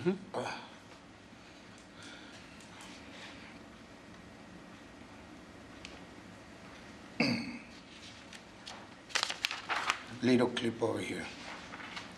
You were here 7 years ago. Where were you then? Same place? Excuse me? Where were you? If you were here 7 years ago, where were you playing? I don't remember, believe me. Okay. Right there. It looks like fun. Space wheel, clowns, no live animals. Contortionist, one of the best. Me doing something. Okay. Juggler. Clowns again. My grandkids. Me and my son. And King Kong robot look like. We don't have live animals, just whoa, that's pretty cool. Acrobats on the big top.